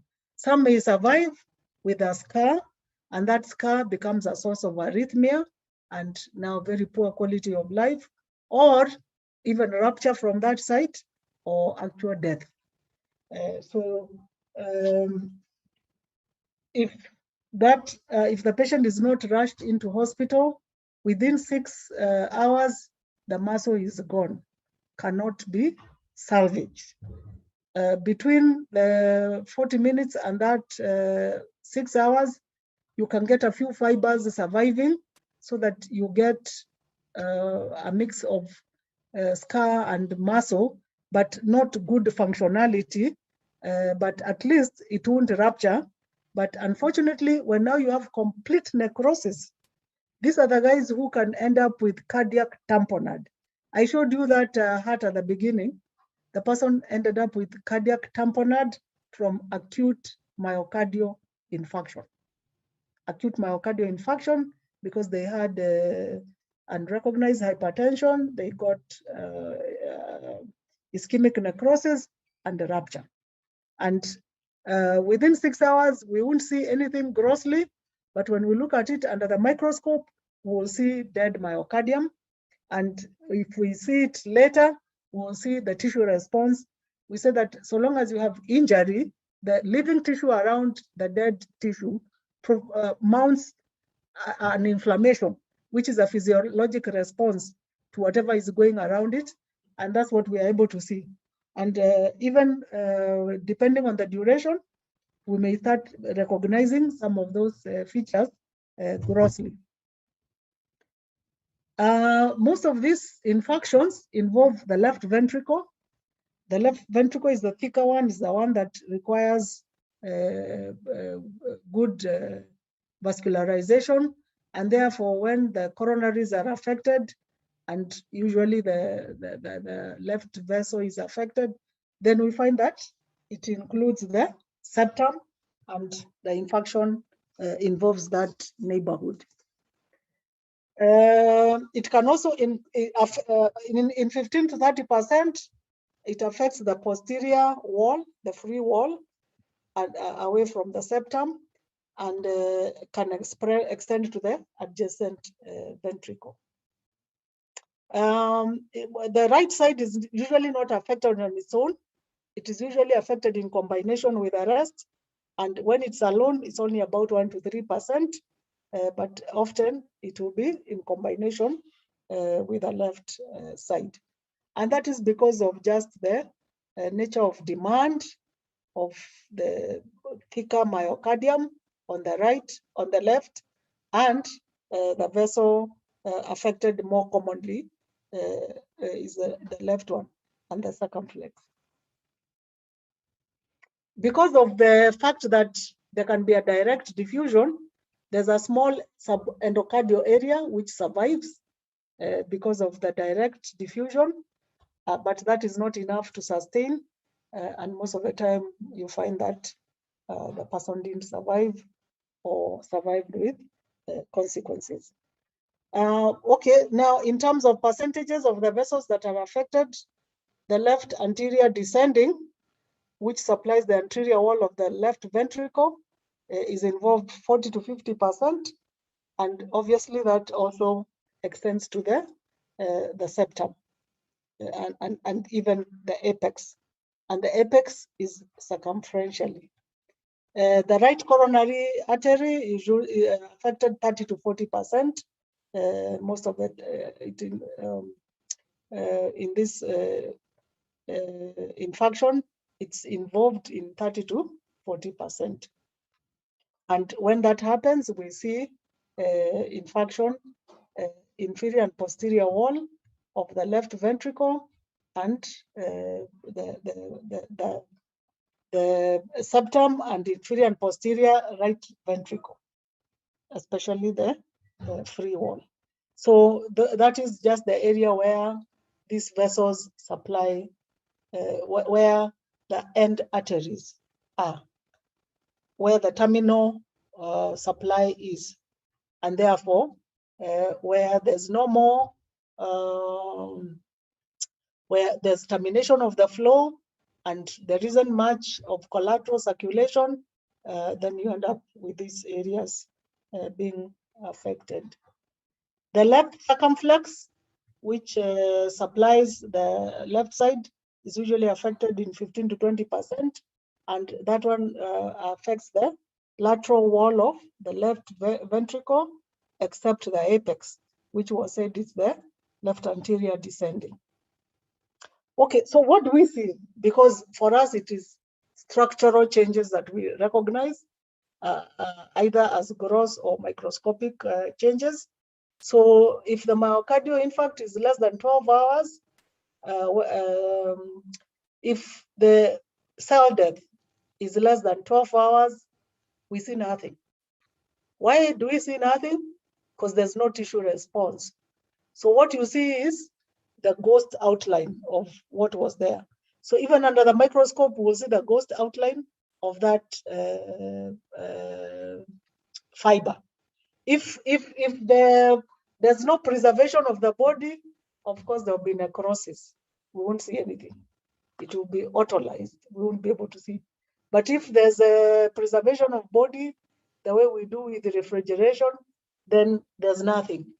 We will not be able to figure out up to where, but we may be able to demonstrate the thrombi, the atheromatous plaques, the atherosclerosis in the coronary vessels. And when you go to the postmortem room, tell them to show you. They will actually show you, but should they forget to show you, ask them to show you how they demonstrate atherosclerosis, thrombosis within the coronary vessels, both anterior descending, left circumflex, and right coronary artery. And they will show you how we do sausage cuts along the supply, And I think I showed you the hypertrophied left ventricle and the vessels within the fatty areas on the outside. So just tell them to show you so that now you are able to tie the dots concerning what we check. It is possible to demonstrate the dead myocardium using chemical processes. We usually demonstrate our cells using chemical processes. So even grossly, you can be able to demonstrate the acute site by applying triphenyl tetrazolium chloride, which will show a pale infected area, while the non-infected will be painted red, so you'll be able to demonstrate. And that is a chemical demonstration. But most of the time what we do, we take selected section for histology to be able to confirm what is going on. And what do we see? We actually see dead muscle. We see dead muscle, the nucleus is gone. You see the effects of cell injury. We are able to see all that. Okay, 12 to 24 hours. If the person survives 12 to 24 hours following a myocardial infarction, when we look at the heart, we are able to see a darkening, a red-blue darkening, and with little bleeds into the mottling of the site of infarction, because there's bleeding into that site, and we are able to recognize or suspect the area of infarction. 12 to 24 hours. That just describes to you what happens following an injury or following necrosis, and how the body kicks in the processes that we talked about last year. If it is after 24 hours, then we start seeing a yellow coloration. The bleeding that has occurred, there's breaking down, just the same way you would see within tissues. What happens if you're punched, you have a hematoma, all the changes that you see, we'll also be able to see within the heart. And that occurs within, after 24 hours, we start seeing that. Okay, now if it is longer, the person lives in the ICU for some time before they die. So they take like 2 weeks, then 10 to 14 days, we will see now the actual hyperemia. You know, inflammation where you get vascular changes. We see a hyperemic or a red area around the dead muscle. And the red area is where the acute inflammation is happening, where you have congestion, hyperemia with congestion around the infarcted area. And that will also be demonstrated on microscopy. And of course, if the person survived and then died later, or even got a second episode, or in a different site, because it is possible to find that you find an old scar and a new scar. You can find an old scar fibrosed and a new scar which is not yet fibrosed, maybe showing the hyperemia. 30% die, another significant proportion live, but get more, they are prone to getting a second attack. So what we see actually is explained by how inflammation evolves. Cell injury, inflammation, healing, and repair. Those are the things that we see that explains the morphologic differences that we see at different time scales. Soon after, no change. The body didn't get a chance to provoke an inflammatory response. If lived long enough to have provoked an inflammatory response, then you will see clearly, grossly, and then confirm on microscopy. And if they live long enough to have organized the dead thing into a scar, then we'll be able to recognize that. It's interesting when you see this at postmortem, and you can predict, oh, she even had a heart attack which wasn't recognized. And some are able to remember, yeah, there was a time she was very sick, but after a short while, she felt better. Especially when you have myocardial infarction in the older people who have cardiomyopathies and other hypertrophic old age diseases that make them prone to develop myocardial infarction, complicating atherosclerosis. Okay, so microscopy, that was gross. What do we see on microscopy? Within 12 hours, 4 to 12 hours, we see the wavy fibers in the periphery of the infarct, and they appear distinct from the rest. They look completely different from the rest because there's infarction, there's cell death. Then we may start seeing hyaline degeneration, vacuolar degeneration, myolysis. Actually, myolysis, you see myolysis, not hyaline. Myolysis, breaking down of the cytoplasmic content of the myocyte, that is the myolysis. And then before it breaks down, you might see vacuolation. So we talk of vacuolar degeneration, fluid getting into the cytoplasm of the myocyte. 2 to 3 days, we see the inflammatory infiltrate, the nuclear loss, and loss of striations. We won't see that striations because there's a loss of the cytoplasmic contents. There's disruption of the cytoplasmic contents. And of course, granulation tissue sets in 2 to 4 weeks. We're talking of inflammation. Grossly, you see a red infarct, a red area around the infarct. And here, microscopically, you see granulation tissue. And then by 6 weeks, we see a fibrous scar, where there should have been a myocardium, a fiber, myocardial fibers, group of fibers, single fiber.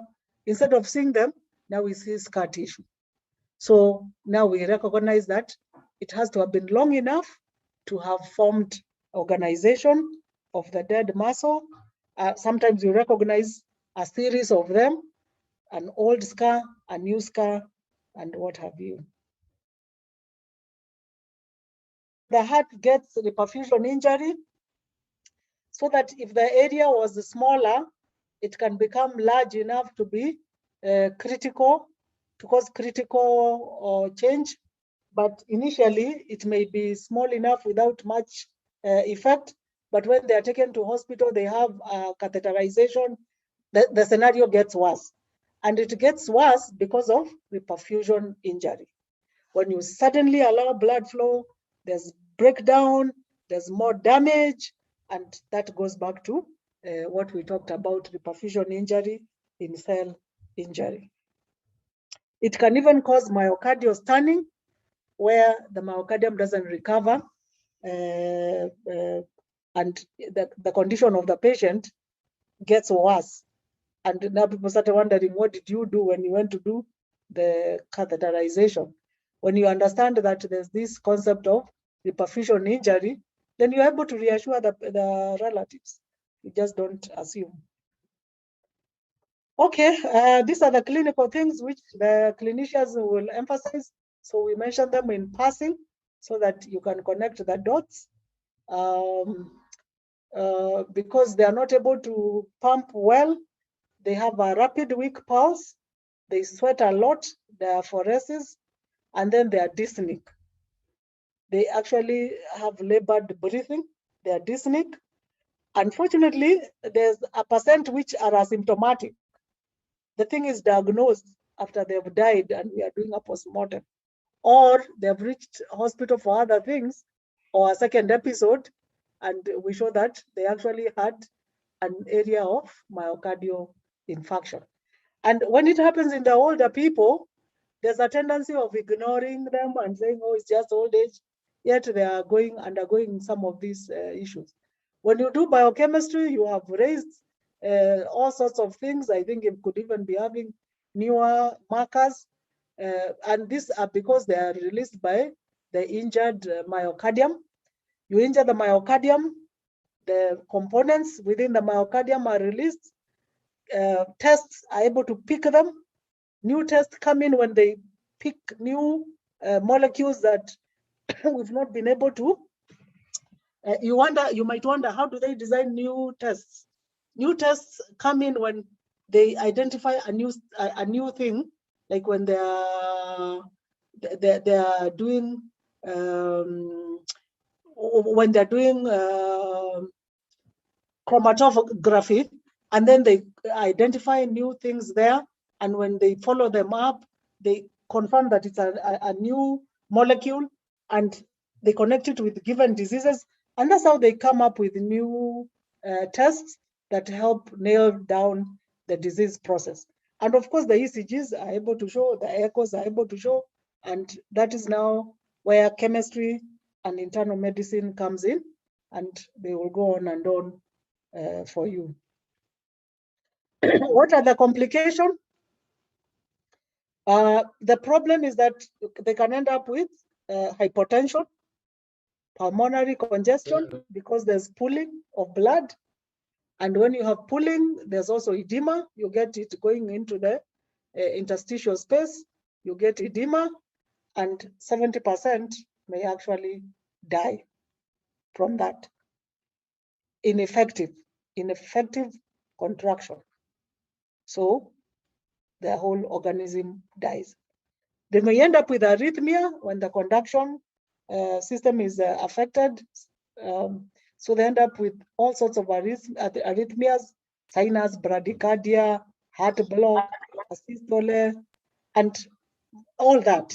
They can have any of those depending on which track is affected, and clinically they will present with arrhythmias that are recognizable, and you can map what area is affected.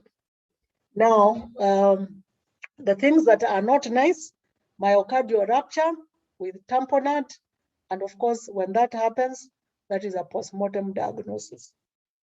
Clinically, I don't know whether they're able to pick some of them early, but most of these ruptures and tamponade are postmortem diagnosis when somebody has died, unfortunately. And we might be able to work out what the underlying problem is, or all we may be able to see is that an infarction, and we're not able to tell what was the underlying problem. But most of the time we're able to work out what the issue was up to the point of rupture and tamponade. There can be rupture within the septum, ventricular septum, and that creates a left-right shunt. That's not a nice scenario. When the papillary muscle rupture, of course, that causes regurgitation because the flaps can't close properly. And usually the rupture doesn't occur immediately. It occurs when now you start having myolysis. And that happens between 3 and 7 days. And the risk for rupture is higher when a person is older than 60. That's when things really begin to go south. Females are prone to have that more than the males. Although we said the ischemic heart disease is more common in the men, but when the women have, they have an increased risk of rupture. And of course, if there's hypertension. Why? Because of the effects on the myocardium. Some may have had hypertrophy, dilatation, and infarct. And by the time you're getting dilatation, there's thinning of the muscle, and therefore a rupture, the pre-existing. And the fact that there's also sustained pressure, then that provokes the increased risk of rupture. And if there's no hypertrophy of the left side, then there's increased risk of rupture. If there's hypertrophy, it reduces the risk because it's of the thickness, because of the thickness. But that doesn't always hold true, because if the heart is failing, then it will reach a point where there's dilatation and thinning of the muscle wall, and therefore also increasing the risk. So some are easy to work out at postmortem, others are a bit tricky. So it's like you have two pathways which can happen, and you can only collaborate them if there's clinical history. So now this will make you appreciate why we ask for a clinical history when we are doing a postmortem. What did this person have? What do you know about this person?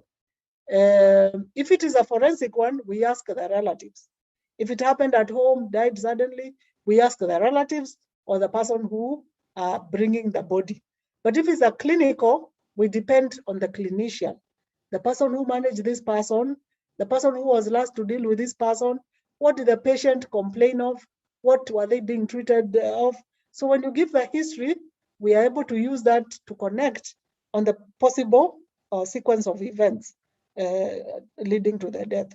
So it's important when you give us that, because this can be like an end to several disease processes, and therefore it helps when we have the history.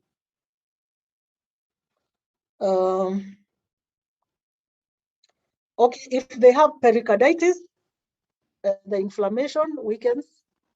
Right ventricular infarction also is simply because it's not as thick as the left side. And you can also get an infarct if there's an infarct extension, like in reperfusion injury and expansion, then there's increased risk for rupture. Or if there was an initial infarct, a superadded effect, and there's extension of the infarct, then that increases the risk of rupture. If there's a neurothrombus, the heart is contracting against it, increasing the pressure, intraventricular atrial pressure, and therefore also increases the risk of rupture. If there's an aneurysm, and then an aneurysm may have resulted from an earlier infarct or an earlier disease process, then of course that also increases the risk. But if it is recognized early, it can be repaired. That's where the cardiothoracic surgeons come in and do their thing. Papillary muscle dysfunction, it's a point of weakness and can also lead to rupture. And of course, it provokes progressive late heart failure. Progressive late heart failure. Okay, how about the chronic ischemic heart disease? Usually it's in the elderly, and they present with the progressive heart failure. And these are patients who may have had a prior myocardial infarction. So they keep on having continued effect, and that's why we are calling it chronic ischemic heart disease. People who have underlying disease process, elderly, usually underlying heart condition, they have survived a myocardial infarction with or without prior knowledge of this, of the existence of the myocardial infarction, or the ones who have post-infarction cardiac decompensation.